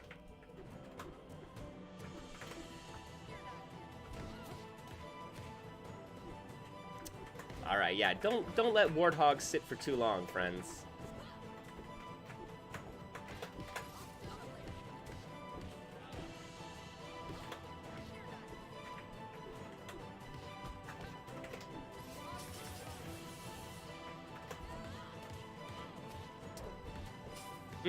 Perhaps.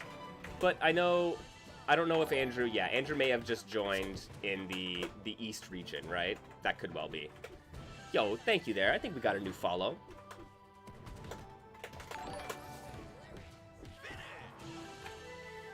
Hey, thank you, many mongooses. Thank you also, Big and Big Bean. Thank you.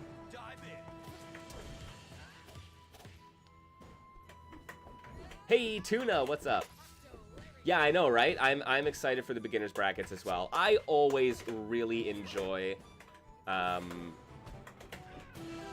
always enjoy like beginner tournaments. Tadpole tussles. Yo, there are so many good alliterative names you can use. Do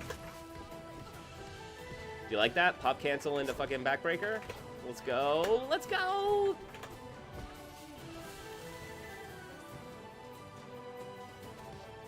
It would be really nice if you could have a region free ranked. I think that is one thing I would put a request in to Matt for. Oh no, wrong side. Right. Okay, so Octonia, off of her regular throw, has a stance.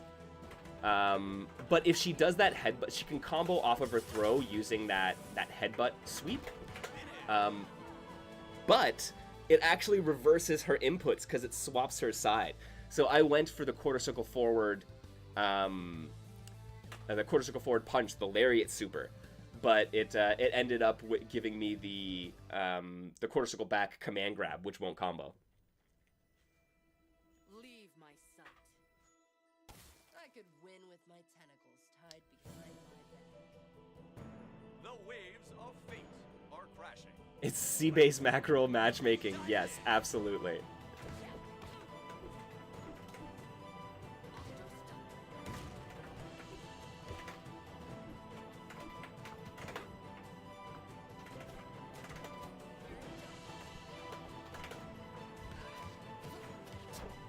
Ranked match is set to 1st to 3. I might actually start hopping out of these after a 1st to 2, just so I can get more people in and out, right? And get some more matches with varied people.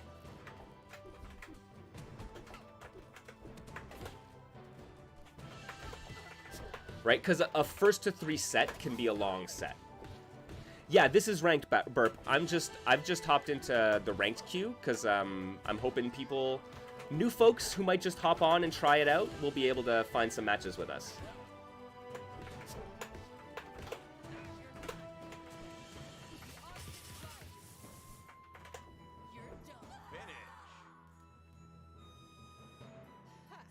Ready for another round?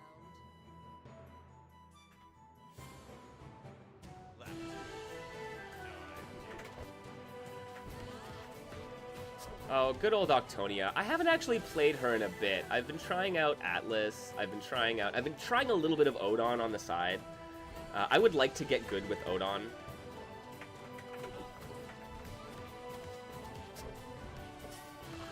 But like, legitimately, man, Octonia is totally my comfort character. Dude, I'm sorry, when I was like, you mean I can play a wrestling octopus lady? Like, yes, this is the most genius thing ever.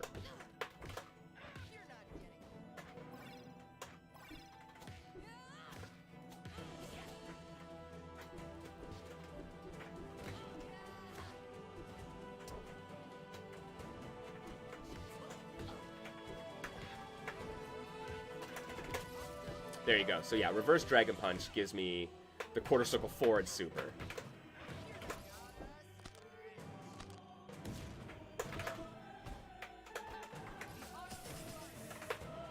Boom. GG's.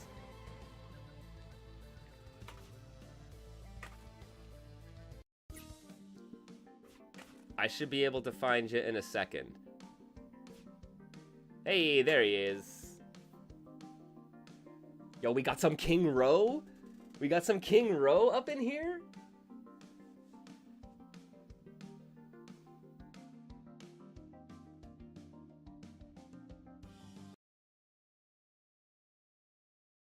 Oh damn, really, Andrew? That was like, that must have been remarkably one-sided then. Cuz I did not see that at all. Moscow to Toronto sounds a bit hard, right? We'll see. What we got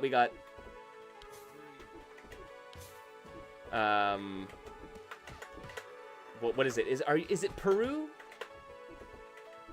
Is it a Peruvian row?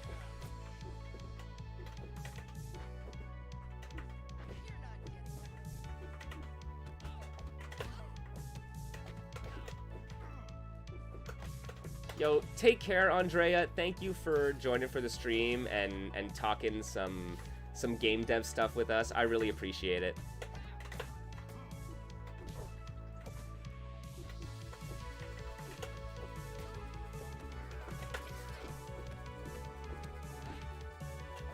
Oh no.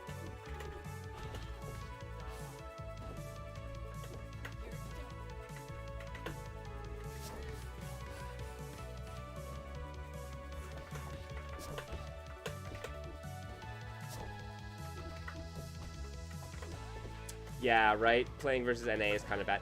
I mean, it's worth noting, so I know Matrified was talking about... they did a stream going over the future of their roadmap for Merfight going forward.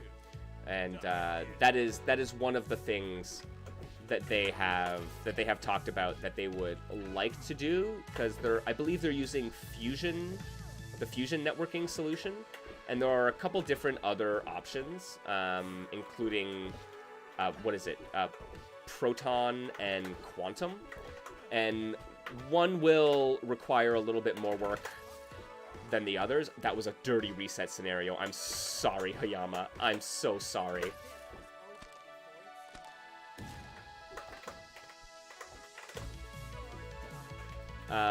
So they've talked about changing the netcode solution, and some of that would work a little better for, I think, some of the more troublesome connections. So it is something that they're looking at.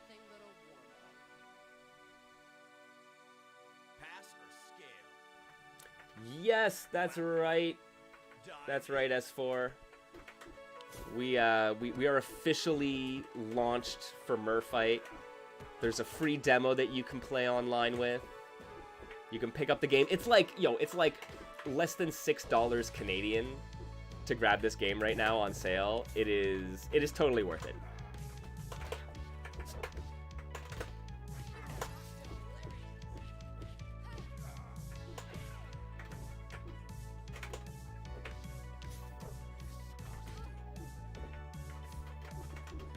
Yeah, Andrew and Andrea seem to be like the two primary EU players.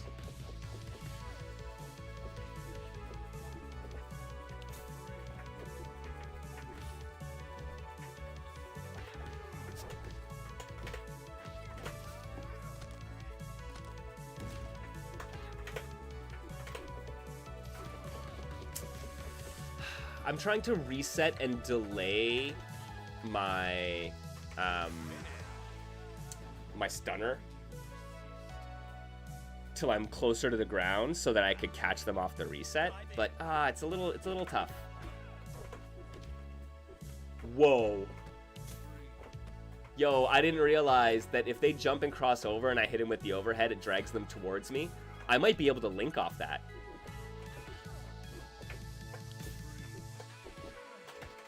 Oh, I can link off that. Oh, that makes me so happy. Okay. Okay. I'm working on that. I'm working on that.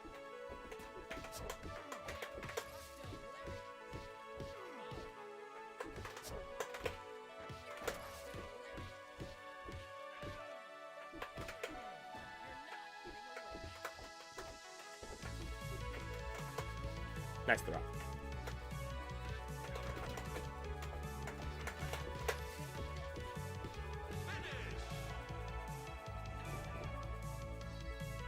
The Andrew hive mind? Is it that real? all A and D names, right? So Andes, Andrea.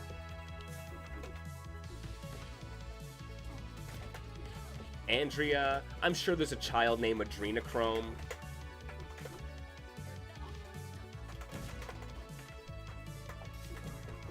Ooh! Hey, Sylv! What's going on?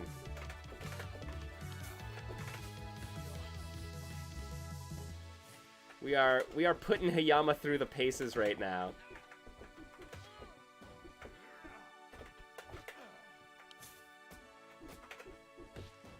Nice! Yo, why did I still connect?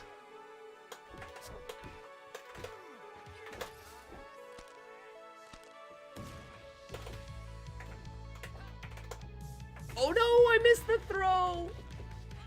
Are we done? Oh no. Oh, we're done.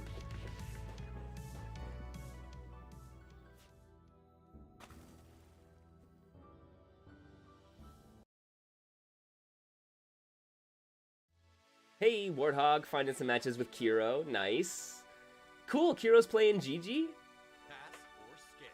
I'm glad to see some more GGs in the world.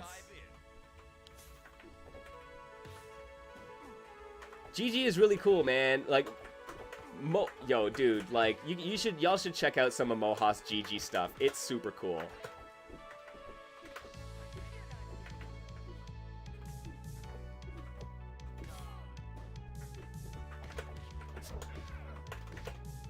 Whoops, dropped it.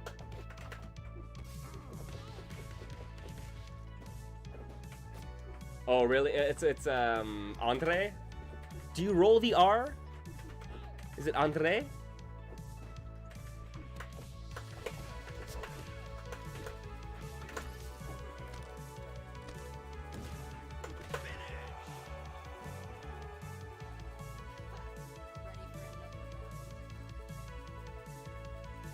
Andre. Andre 3000. I love it.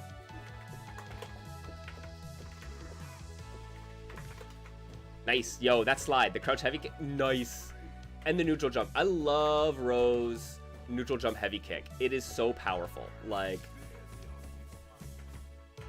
they really, like, Matt really gave, like, the disrespect and the just, like, the beefiness. You know how Dictator or Bison in Street Fighter, like, feels weighty. Like, that man puts weight behind his attacks and his head stomps and stuff. I get a bit of that from Ro as well, right?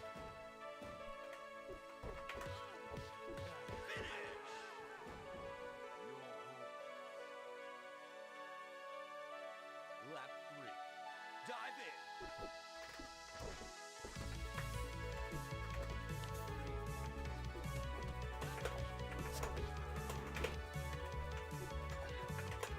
Oh, too early. Nice. Good walk forward throw. I could have got the throw. Oh, no. Too far. Nice pillar. Ooh. I forget, man. Octonia has some seriously good hitboxes. Like,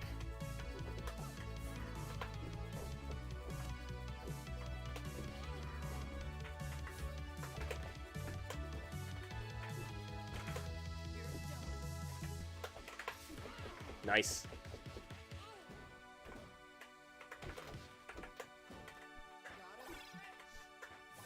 Give me some health, man.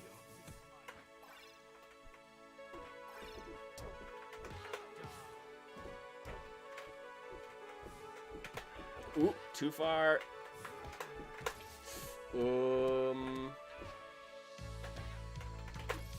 No, you jumped away. Good job! Damn, nice.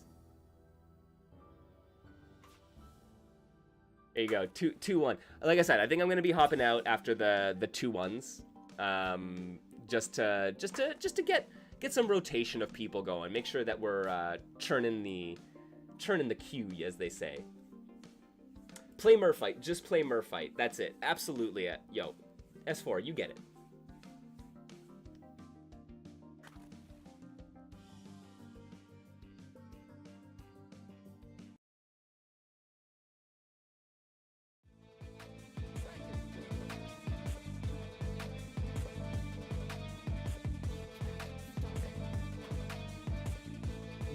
Yeah, they are hit spheres, which is like, it's funny. Like, I think I got really used to the idea of hit spheres just because some of Marvel's hit spheres are really, really wonky. So I think I got kind of like used to that as like, okay, it works in a certain way, and so yeah, I think the spheres here in Merfight are kind of similar. Get in the corner.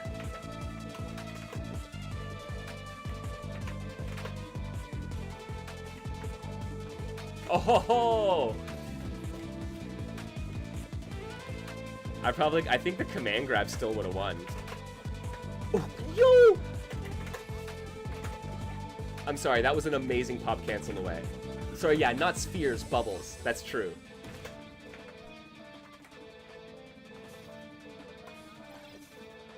Yo, look at that health. You see that extra health chunk I got? I'm good. I'm gonna play the asshole defensive game now.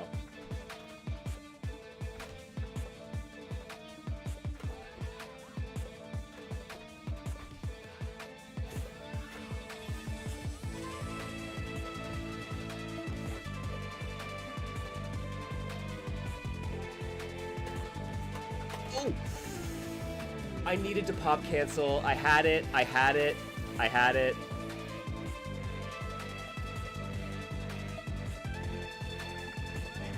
What? Okay, wake up heavy kick. I guess that's what I'm doing. Whoops. No one's gonna see it coming, man. I'm telling you.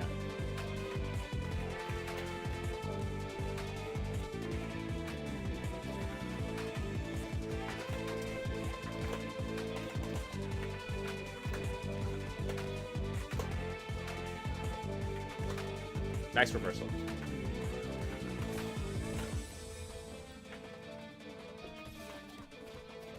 Okay, low kick, and here we go. Oh no! I crossed under.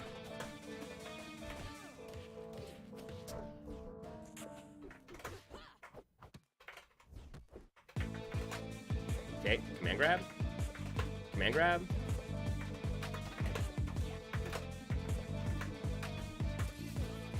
Nice. Overhead cancel into the grounded super. I like it.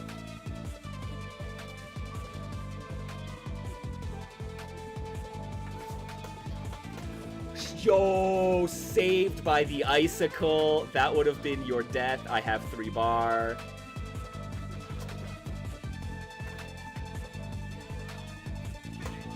Got hit with the overhead. Nice. Oh, that was good.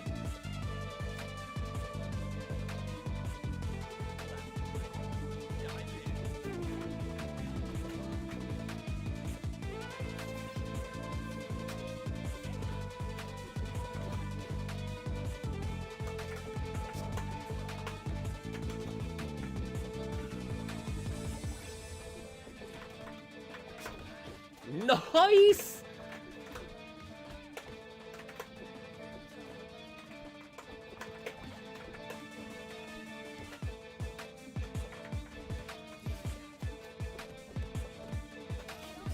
Oh, good cancel.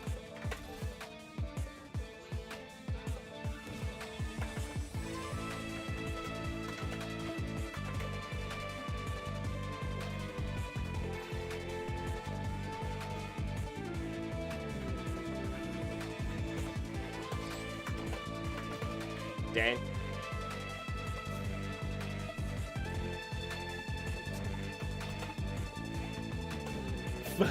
Forgive me, Father, for I have fins.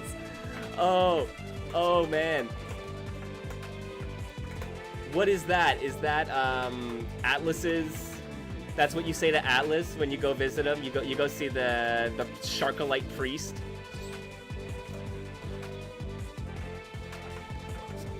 Forgive me, Father, for I have fins. I'm sorry. As a lapsed Catholic, that makes me chuckle, dude.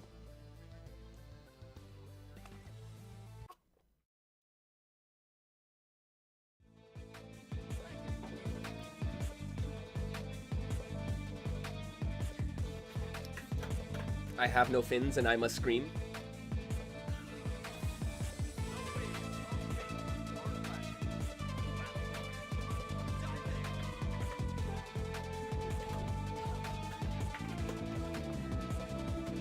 Good poke. You've gotten wise to my shenanigans, I see. Oh!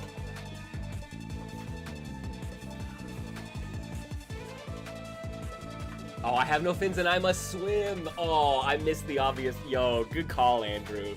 Good call.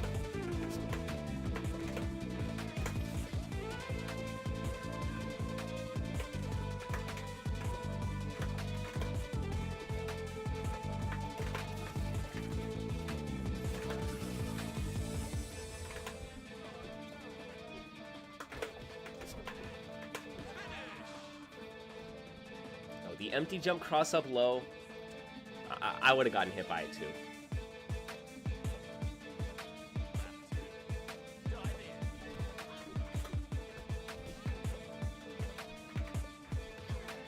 I mean, in fairness, it's also I have home field advantage, so.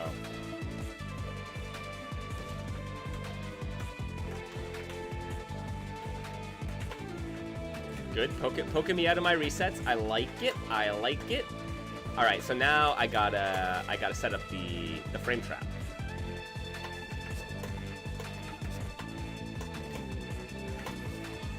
Oh no, I should have went into the other super. It would have guaranteed it because it's the animated one.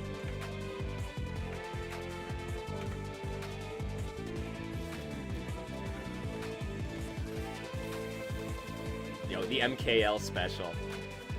I am happy I could at least do a couple things in this game that people are like, oh yeah, that's that octopus dude. Shoot, that vacuumed me right in.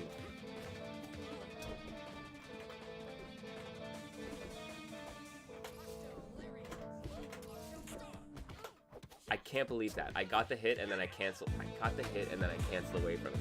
I shouldn't have done the super in the first place. And it worked. And then I did the thing that undid what worked.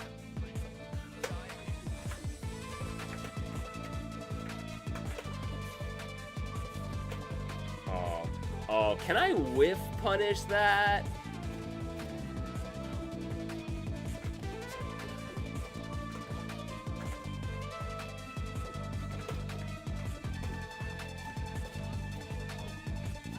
Nice. Oh. Once again, gotta watch my noggin.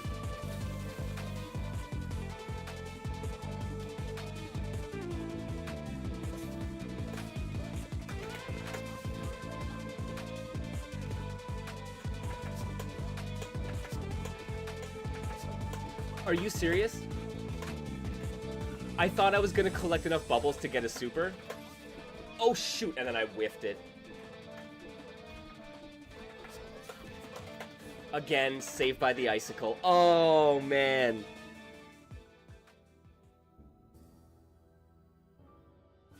Yo, this is a phenomenal stage.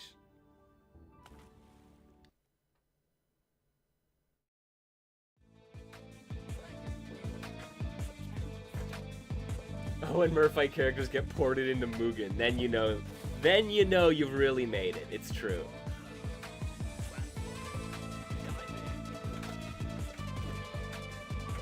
All right, that's it, friends. Yo, so I'm on my ranked journey in Grand Blue Fantasy Versus as well, right? So I'm trying to get into the whatever S plus tier with Sheiks. Can I become the biggest fish in the pond in Merfight? Is this possible?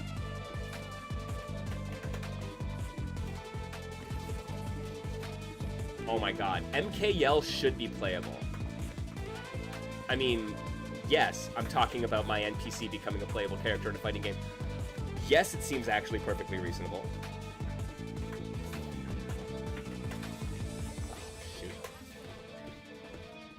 Can I pops cancel this? Yes. Spend those bars.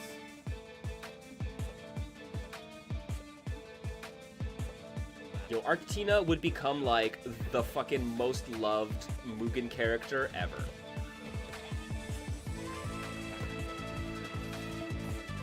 I don't understand how Arctina and Gigi aren't, like, all-star characters in the FGC already.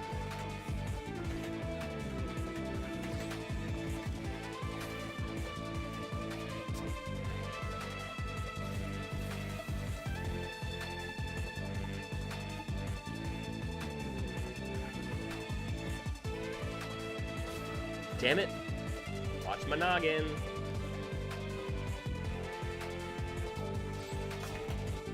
Yo, okay.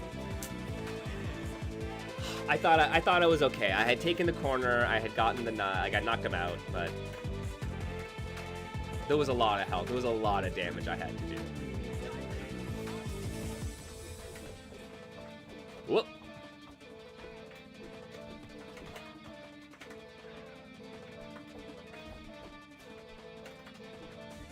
Welcome back, Super.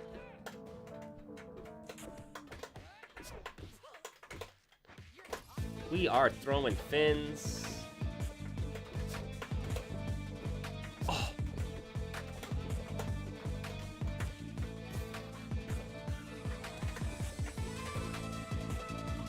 What? That's not. No. Even I'm aware that's not allowed. Did y'all see that nonsense? Yo, hit spheres for the win.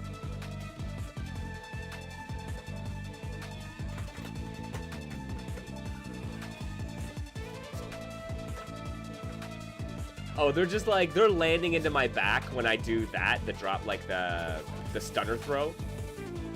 Yeah, it was pretty fishy, I gotta admit.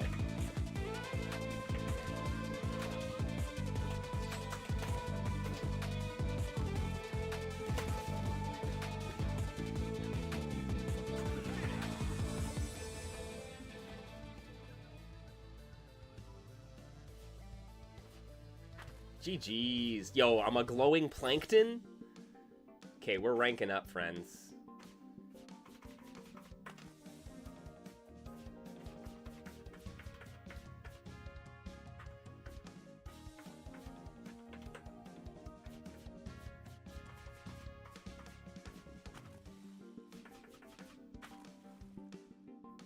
Those were really good games.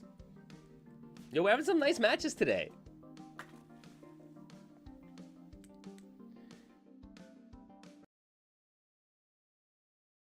Yo, I've been saying it, friends. Hop into Merfight now if you haven't already. Grab the demo, try it out.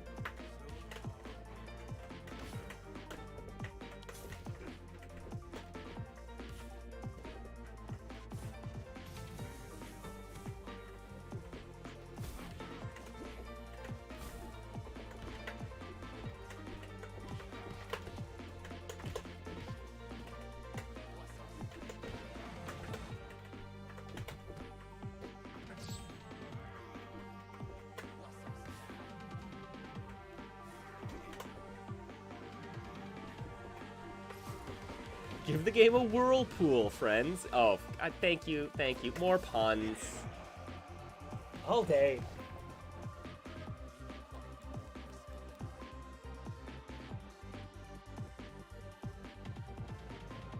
Interesting, you're finding it somehow more consistent to switch to D-pad on your DS4 for the pops? I had some problem with the pop systems for a while too. I think Matt must have changed something at some point, changed something with the input reader, because I find it way more consistent now.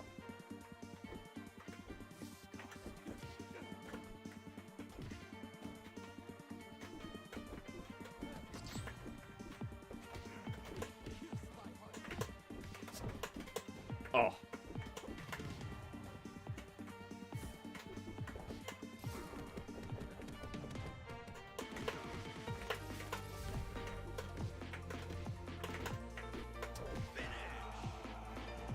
Man, Atlas is so cool.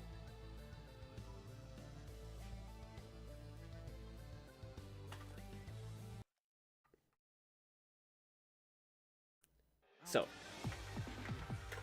Atlas has this this beam, this pillar that they can put out. And if they stay in it, they can heal health, as you can see. I'm collecting it.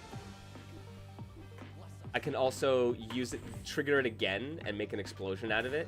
And there's a super version of it, which can be a huge explosion, which is amazing.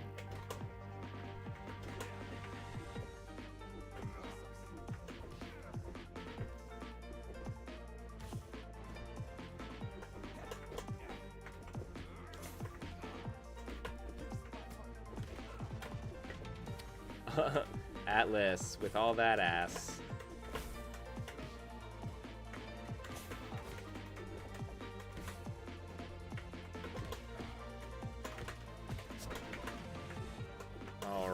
Right. I gotta remember my combos with this dude.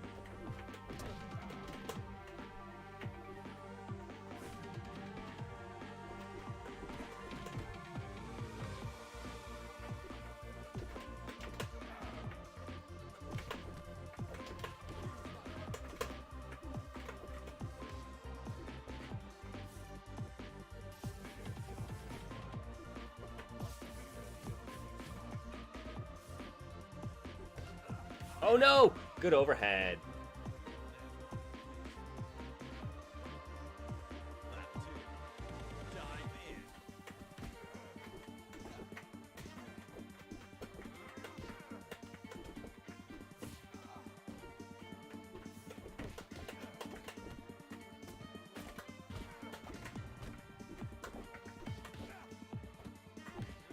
Nice.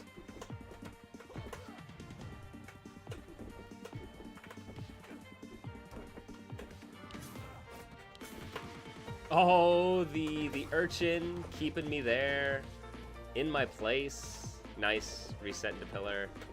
I should have respected it. Nice.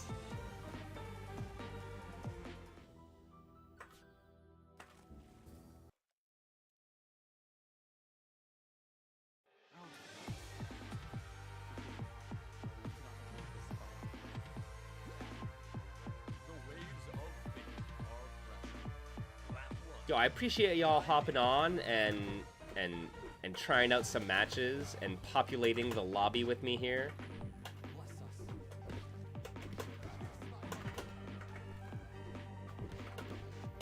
I think it's nice, right? Like, especially, yo, it's launch day. There are gonna be people picking up the demo and trying this game out who are like, where are all the peoples? Where are the merfolks at? So we should try to be here for the merfolks.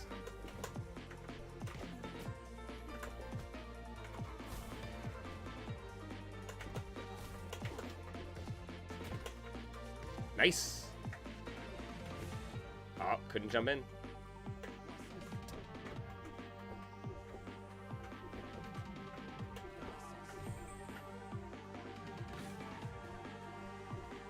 Nice. That was super clever. You were just like, nah, shit. You're down. I'm gonna get in now. Gonna get in while I can. Ooh. Oh.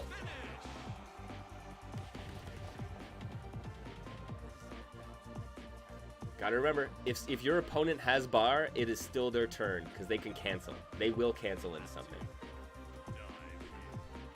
Yo, 100% Tuna, right? I love the idea. I'm so happy whenever I tune into like or like pop open Grand Blue and just see like, hey, we're Grand Blue tournament at Frosty Fausting, right? Like that's dope. That lets people know what's going on, right? So it would be really fun to have like a little announcement section that was, hey, here's your monthly Kumite, right? Here is Merfight at Magfest.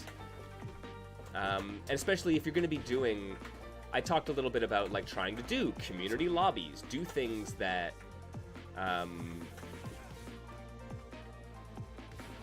you know, people will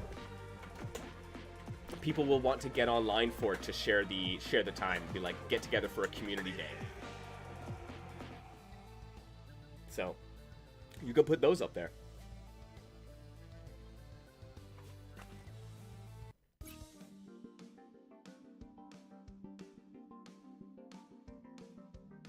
Hey, yo, that's a good point, Super. Yeah, it is similar to Kotal Khan, right?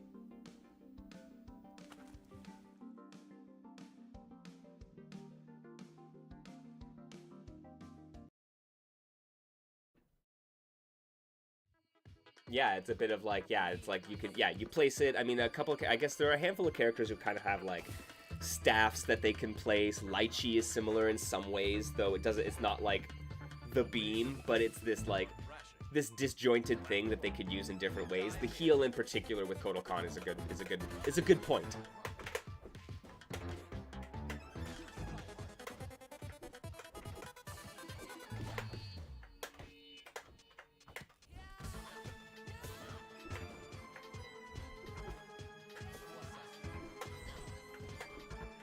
Right, and so yeah, you can also use it as the defensive tool, as like a little explosion. Oh right, I gotta use stand heavy kick.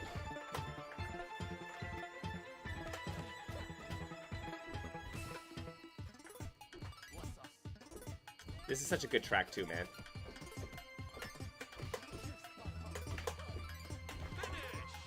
And I have the power of armor.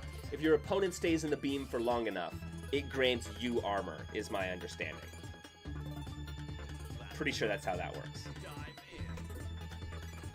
Oh, so they reduce the attack power for Kotal Khan. Interesting.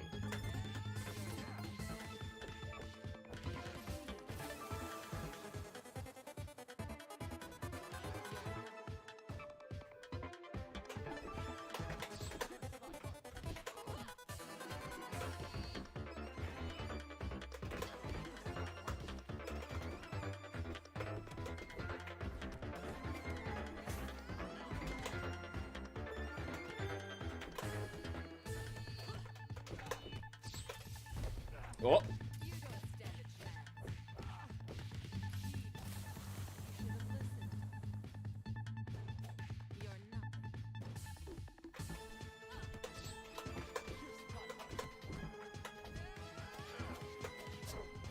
Nice, good pop.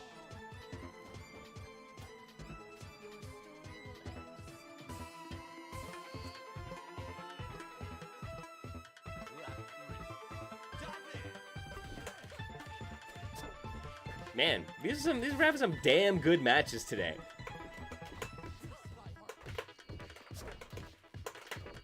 Oh, damn, I got the heavy kick.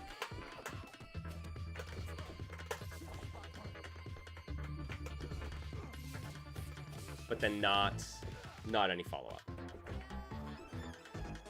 What do I got? I gotta use more. Oh, right. The light. That leaves me plus, man. That leaves me plus on a block string, so I can go... Oh, is it light kick instead?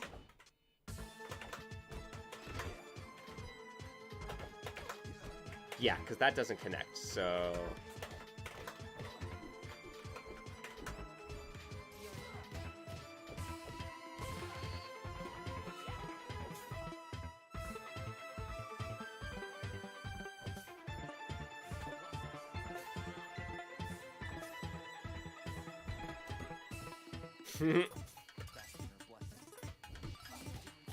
Oh no!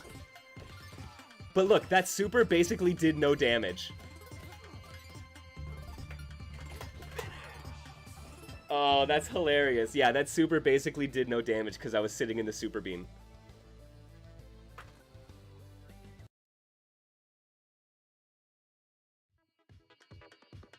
Leave my sight.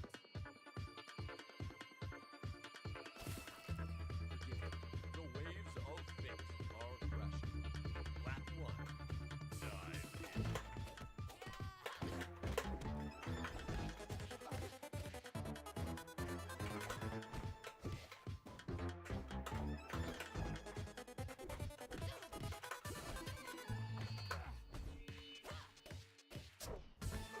Nice, good pop, good kick.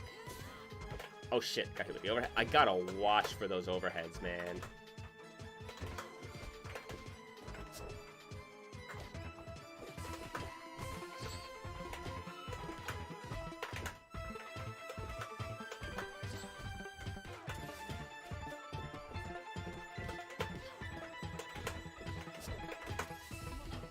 Oh shoot, I should have gone for the other super.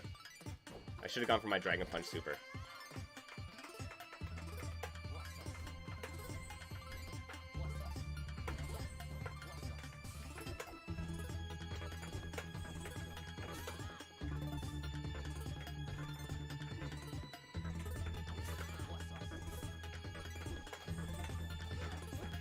Nice. Oh shoot! I tried to low profile one of the buttons so I can get in.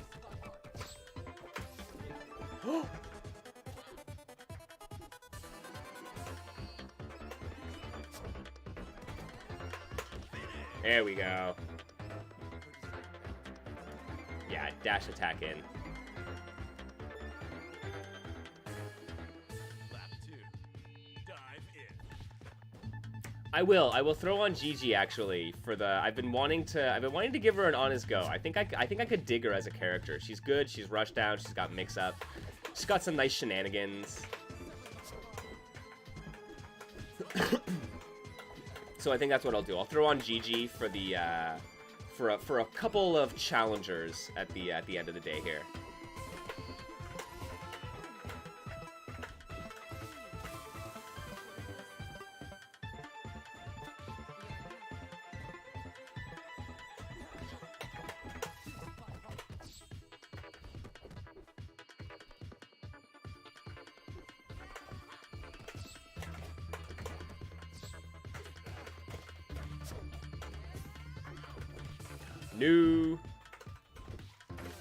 No.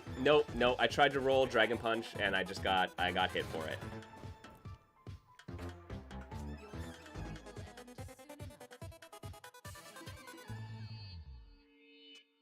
Lap 3. Dive in. Butternutter? Isn't Butternutter like a snack? Isn't that a baked good?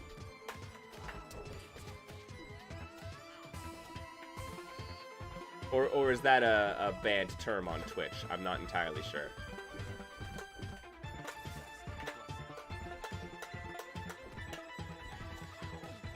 Fluffernutter is a peanut butter fluff set. That's what I was thinking of.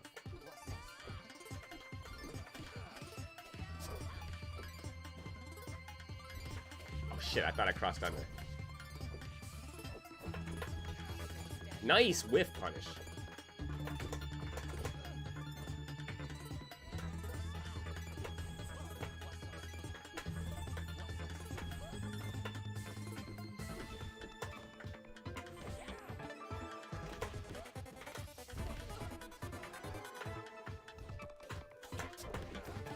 No! The pop into the multi-hit, into the throw. Good job.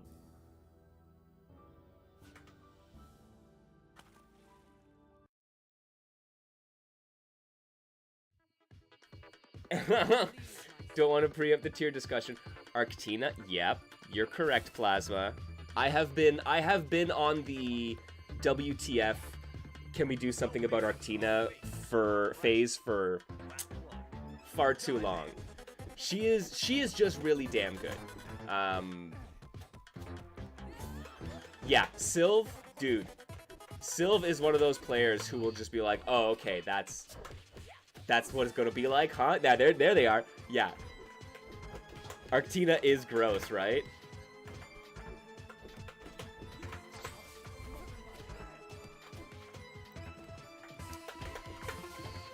No, she is a super strong character, and I've been like, what do we do about that, if anything? I maintain, my thing is that she should not be that devastating from basically every range, right? That has always been my thing about Arctina as a character, that I'm like, my girl, she will overhead low you from 3/4 screen and like get you into a hard knockdown, into that or that damn reset. Yep, absolutely.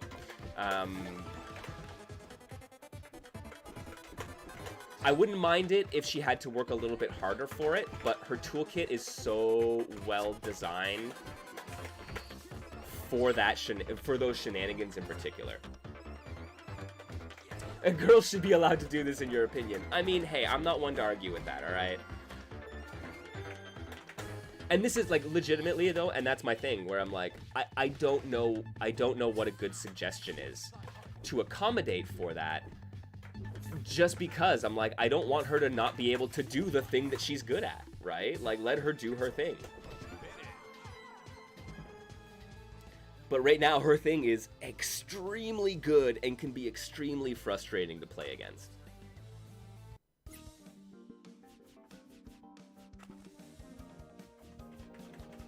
In fairness, I think the same is also true for Arctina, or sorry, for Gigi.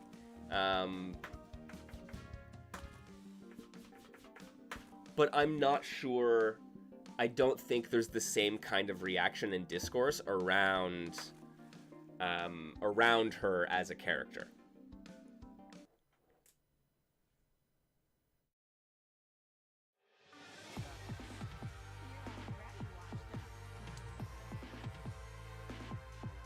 And the Arctic Queen Gigi costume is so good.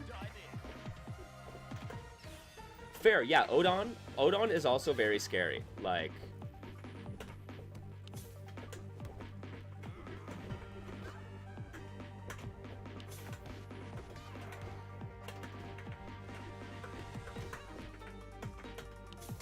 yeah, yo, Mohas putting you in the... This is the other thing, where I'm like, I said, look at Mohas's Gigi for an example of a character who's really good and probably does not get the credit for how good they are. And I think Mohas's Angelique is another good example of that, that people are not quite ready for that, but we're not talking about it yet.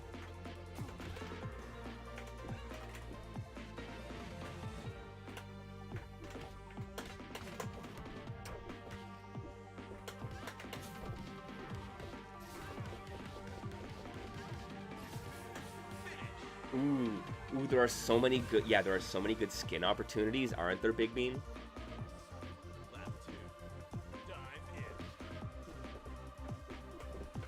Correct, Warthog.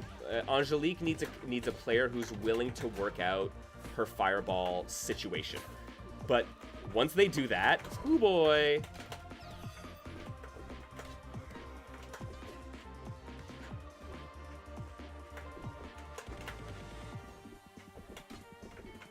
Yeah, and it's literally day one, right? Yeah. There's gonna be there is always, let people figure it out. I mean, everyone was like, Row is nothing until Row was fucking everything, right? It's like, and then Row got nerfed and it had to change, and now we're at like, right? Things are different in part because players have not truly explored some of the characters' potential. So we're gonna get to that in time.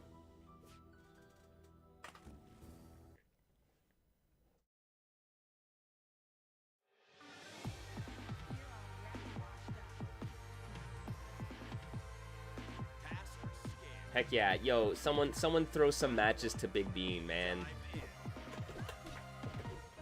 It's also worth noting, like, right, Matt has talked about possibly updating the netcode in some way.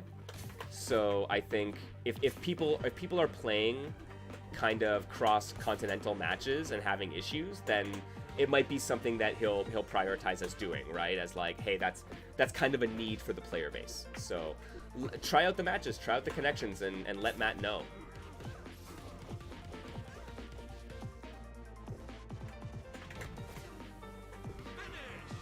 Trying to figure out the characters, gamers going blind. You broke 600 damage with Row. All right, that's pretty good.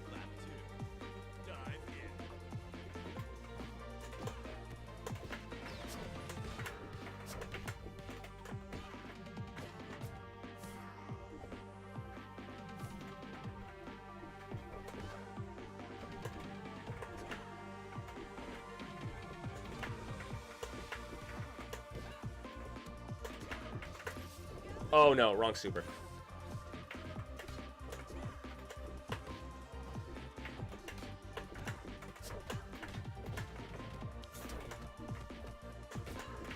Yeah, I believe you have to be on the same region in order to connect in ranked. Oh, nice counter. Get me the freeze, the slowdown effect.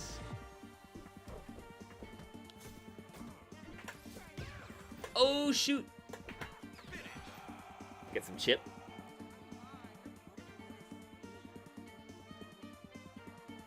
Yeah, that is one thing I would request is, I mean, I don't know how much it would require in terms of UI, like menu creation, management, to make it so that, because right now, if you enter a ranked game, it'll send you into a lobby, basically, that is just designed for ranked.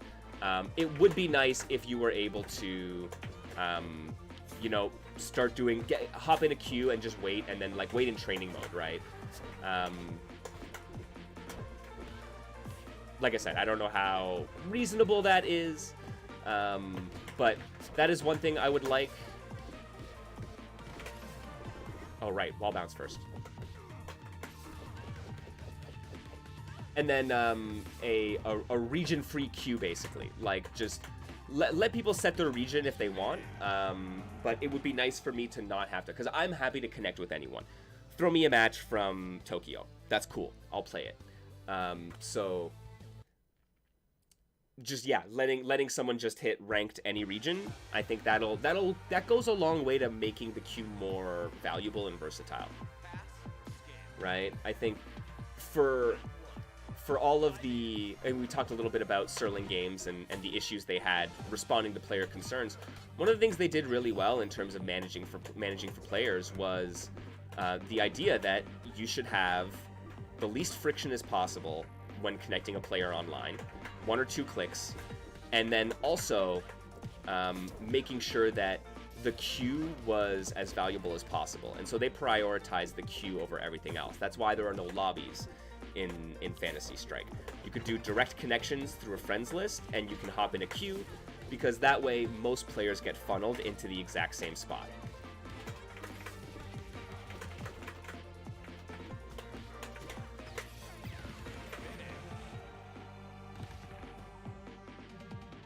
Which is, I think, really important, especially for games with small populations. You don't really want, and this is why I suggested hopping into ranked, right? Because you don't really want 5 friends, 10 friends in ranked, in a lobby that seems intimidating or too big or populated to enter for someone who just wants to try a quick match, and then no one in ranked queue, right? So Sterling Games kind of designed to make sure that a new player would hop on into ranked queue and find a match, basically. So anything to ease the flow and reduce the friction for players who do hop into a queue is good.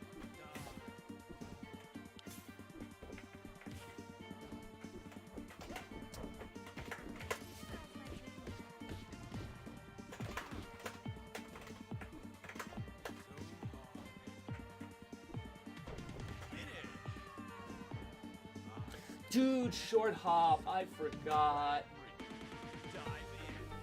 I haven't even, yes.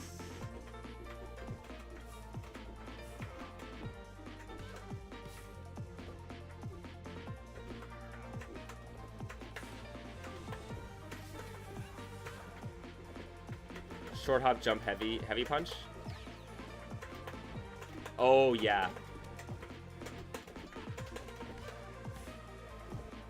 right? You can also do, yeah, short hop, and then, what is it, the back kick?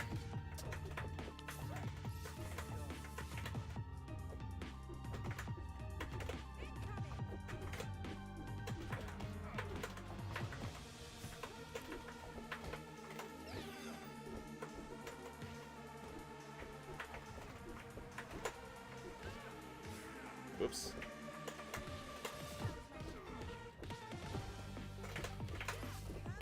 Oops.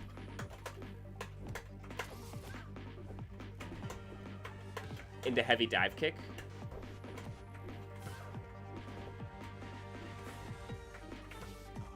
And then crouch light kick. Oh, that would, yeah, that is it, isn't it?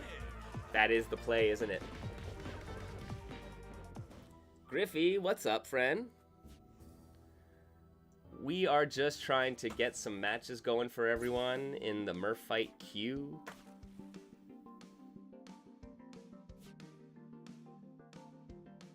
GG's, Bertman. We got a few. I think I got a few challengers left in me.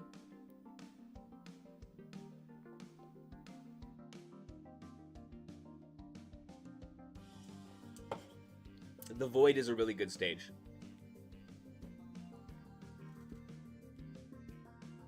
Right, and like, yo, so just to put it out there, right? Like, we're all hanging out here in chat, and I suggested that we try to populate the ranked queue. This is the first break that I've had in the entire time I've streamed here. I know a couple people had to wait for matches and stuff, right? But just the handful of us right here, hanging out in the digital basement, we managed to populate this thing enough that it was like, we could all just get matches with each other, right? So, I don't know. I love this. I love this as an idea. I think it's... Ponton was talking about it when we were talking about, you know, player expectations with demos. And it's, if a player hops on and hits that ranked queue and doesn't run into anyone, that's a big moment of disappointment. And that might be the turning point of like, hey, are they going to hop on again, right? So, it's worth thinking about. What can we do as fans of the games, as like community organizers or tournament organizers or developers, right? What can you do? And I would love to see it. And I would love to see a weekly Merfight community night where the goal is, lobbies are great, don't get me wrong, but like I said, the goal is to get everyone going, right? So that strangers who are maybe intimidated by, or like newcomers who are maybe intimidated by hopping into a lobby with a bunch of players that already know each other and are already playing well, maybe that's you know, maybe we could just do the queues so that people can get the one match, one and done, try some stuff out, right? And then work their way to the lobbies and the tournaments, right? A revive push for ranked like Dark Souls community kind of does? Yeah, absolutely. I think it's an interesting way that we could, first of all, give ourselves somewhere to rally around. I love that we have the Merfight kumites that the community can get together around regularly and say, let's play in a tournament, right? So, right, a weekly opportunity where I know that, you know, whatever, between 6 and 10 o'clock on a Friday, I know that I'm going to be able to hop into Merfight and get a handful of matches with some people, right? And then you can use that to be like, tell other friends, tell your friends, be like, grab the demo, see what characters are on deck in the Merfight demo this month, and hop into the ranked daily, like the rank weekly community event. It's a really, I don't know. I think that's an interesting way that we can go about bringing us together and bringing more people into the community. Because I think we all can agree, fighting games are more fun with friends, right? So let's make sure let's try to get more friends in here. Let's do that.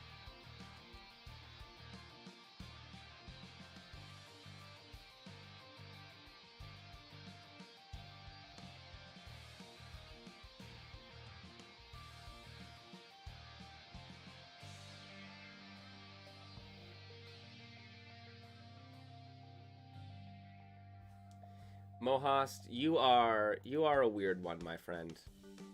I appreciate you. So friends, yo, tell me, what have you been enjoying about Merfight so far?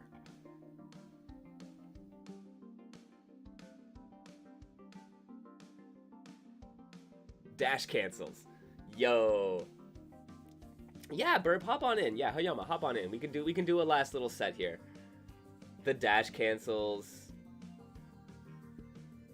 are good, man. The it is such a fun aspect of the game. It's something that allows you a lot of freedom. I am a big fan of how the pop cancel system ties in with the wipeout system, which ties in with the meter system. I think it's a really fun and intertwined and kind of elegant system. That like once you grok what's going on with that, you're like, oh shit, okay, that's it provides you a lot of like potential for combo routing and mix up opportunities and stuff like that.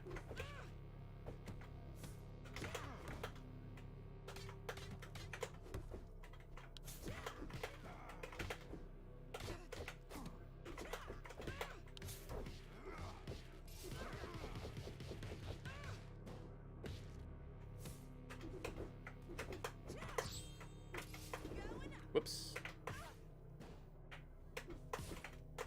Oh, trying to be sneaky and hop in.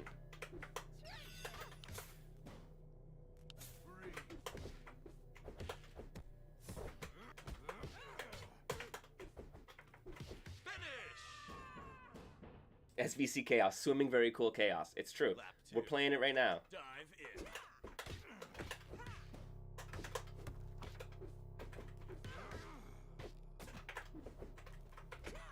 And yeah, Griff, man, yeah, hop on ranked. I'm sure there are still some people. I know Warthog was in there. Hayama and myself. Kiro was in there for a bit.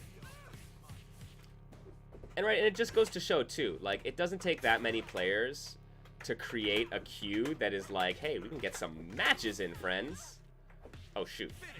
Right, it's hyper armor. Oh, right, it's hyper armor.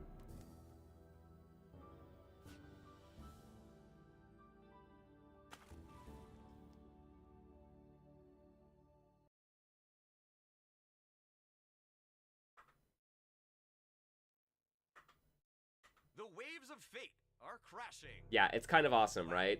Ro is a really interesting character. Yeah, you gotta grab him, that's it. I forgot it was hyper armor and not just super armor.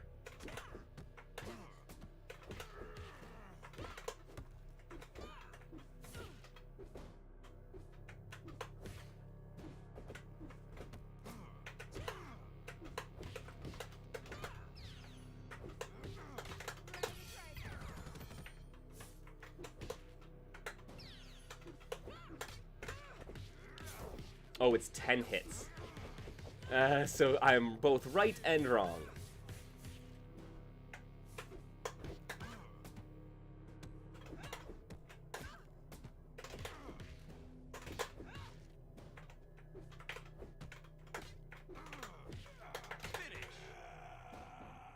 What a pushover. Hey, you are now glowing plankton. Lap 2. Dive in.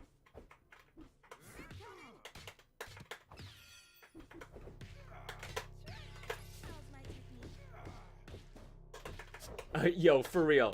Never, yeah, never. Net play life is still net play life. It's not quite like 2009 era Capcom net play life, but still, you gotta recognize what it's about, right?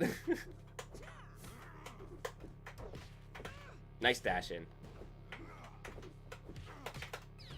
Whoops, wrong button. So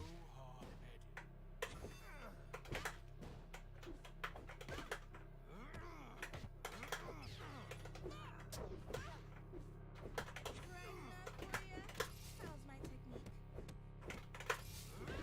Oh, your super beat me. Shit. Yeah, Plasma. I think that's the reality of it. Is that Merfight players? Yo, there are sharks. There are sharks out there in these waters. dive in. We're lovely people. The community is amazing. We will also devour you because that's how the game works. But yo, we got Hayama here fucking getting these wins in though, man.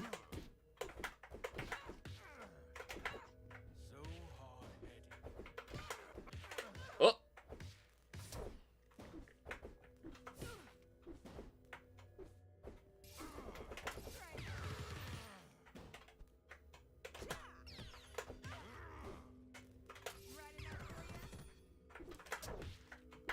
Oh, and that's really it, right? Okay. No. Oh, I hit it too early. I expected a button to come out and I tried to pop cancel.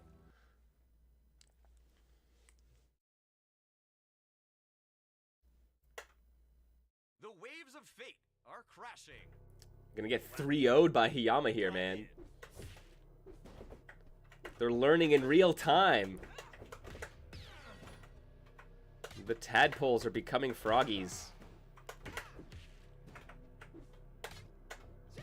Going up, coming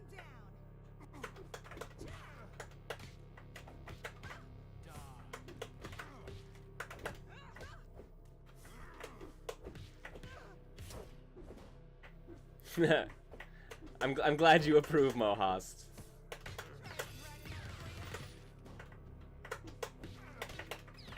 Oh no. Shit, here we go. Here we go. You got the bar, right? Come on, you're putting me to sleep. Yeah, I think it's a bit of that, right? Like we're all the same rank. Lap 2. Dive in. Dive. I think it'll be interesting if folks continue to play ranked. I'd be curious to see how it levels out. It was one thing about Fantasy Strike. I thought that their rank system was really interesting and well done, because even with the small player base when it was in like early alpha and stuff, you had like it was very noticeable that the players who had the higher ranks were like visibly the superior players.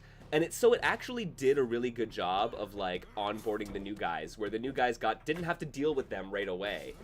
And once they understood the game a little bit, they'd see the master rank players and would be like, oh, that's what it's all about. But at a point where it wasn't like, oh shit, I'm never gonna understand this, right?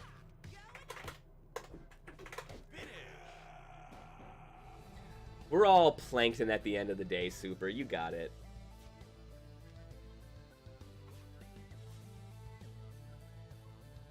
Okay, dude, we're 2-2. Okay, I'm not gonna leave it at 2-2. We're gonna finish the set. The waves of fate are crashing. Lap 1. Dive in. Could be. I need to be more annoying with lasers, is what I need to be. How am I a Morgan player and I'm not doing stupid things like shell kick and laser?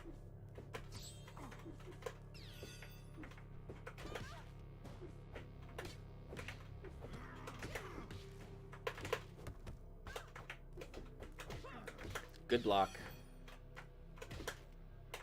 I do love that. If you can get the wall bounce into heavy heavy punch quarter circle back, you can get the quarter circle back like that overhead. Oh shoot. Yeah, you can get that overhead to hit meaty. It's a nice little setup there, because otherwise you can also just continue in pop cancel combo. But once you get people used to that, oh shit, they're just going to continue their combo, it's a great break point to introduce a mix-up. Or a reset, rather. Gotta remember to go into my quarter circle back light, though, to get that wall bounce. Right? Ah, there you go. So, needed to wait a little longer. How's my technique?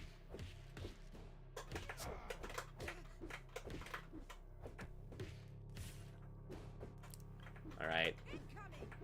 Yo, I really appreciate everyone coming by and hanging out today. I've had a really fun time talking about game dev and early access stuff, as well as celebrating Merfight and yeah, and playing some matches with y'all and seeing this terrifying face in the background. Y'all see that?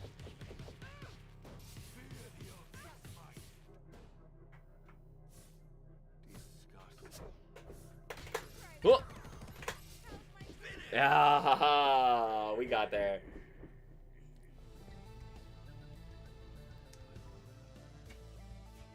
Yo, great games. Thank you, Hayama. Yo, wait, did we rank up? Did we just rank up too?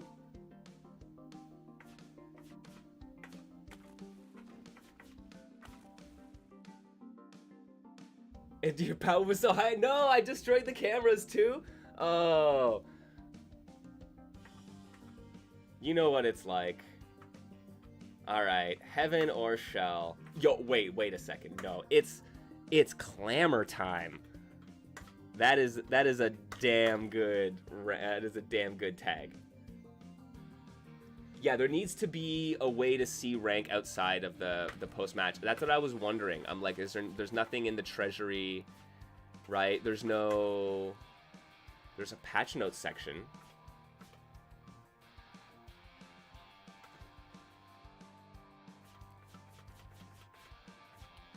Yeah, it would be nice if maybe like in the treasury or under like the fighter title here that you'd be able to see that. Or even just here, right? Having it down. Yo, much appreciated, everyone. Dude, do we have any, let me know, friends, do we have any of our fellow merfolk doing some streams? Because I think we should go give them some love, shouldn't we?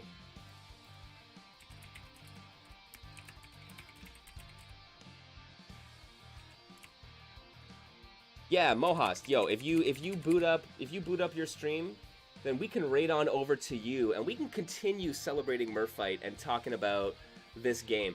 We're gonna be doing the tier list discussion. There you go, at 5:30, and then you're gonna have some talented players join you at 6 o'clock for some matches. So, yo, let's get ready to raid on over to our friend Mohas Gridlock. And make sure, everyone, to take care of yourselves out there. Thank you, as always, for joining me in the basement. Guys, yo, if you don't give me the follows already, you can make sure to follow here on Twitch and on Twitter. That way you'll know when I'm going live and what we're doing here in the basement. And yo, if you got those Twitch Prime subs, make sure to spend them before Jeff Bezos eats them. And maybe if you got a couple bucks, I always appreciate it if you can lend a hand to support what we do here in the digital basement. But you know what? Y'all are here, and y'all are amazing, and that's really what matters. And we're getting ready to raid on over to Mohast Gridlock. Thank you, everyone, for joining me here in the digital basement. I will see you later on this week for Kingdom Hearts 2. That's on Thursday. Friday is going to be a free play Friday. We're going to be playing something good. Come challenge me to your favorite game. And until then, I'll see you later. Have a good one.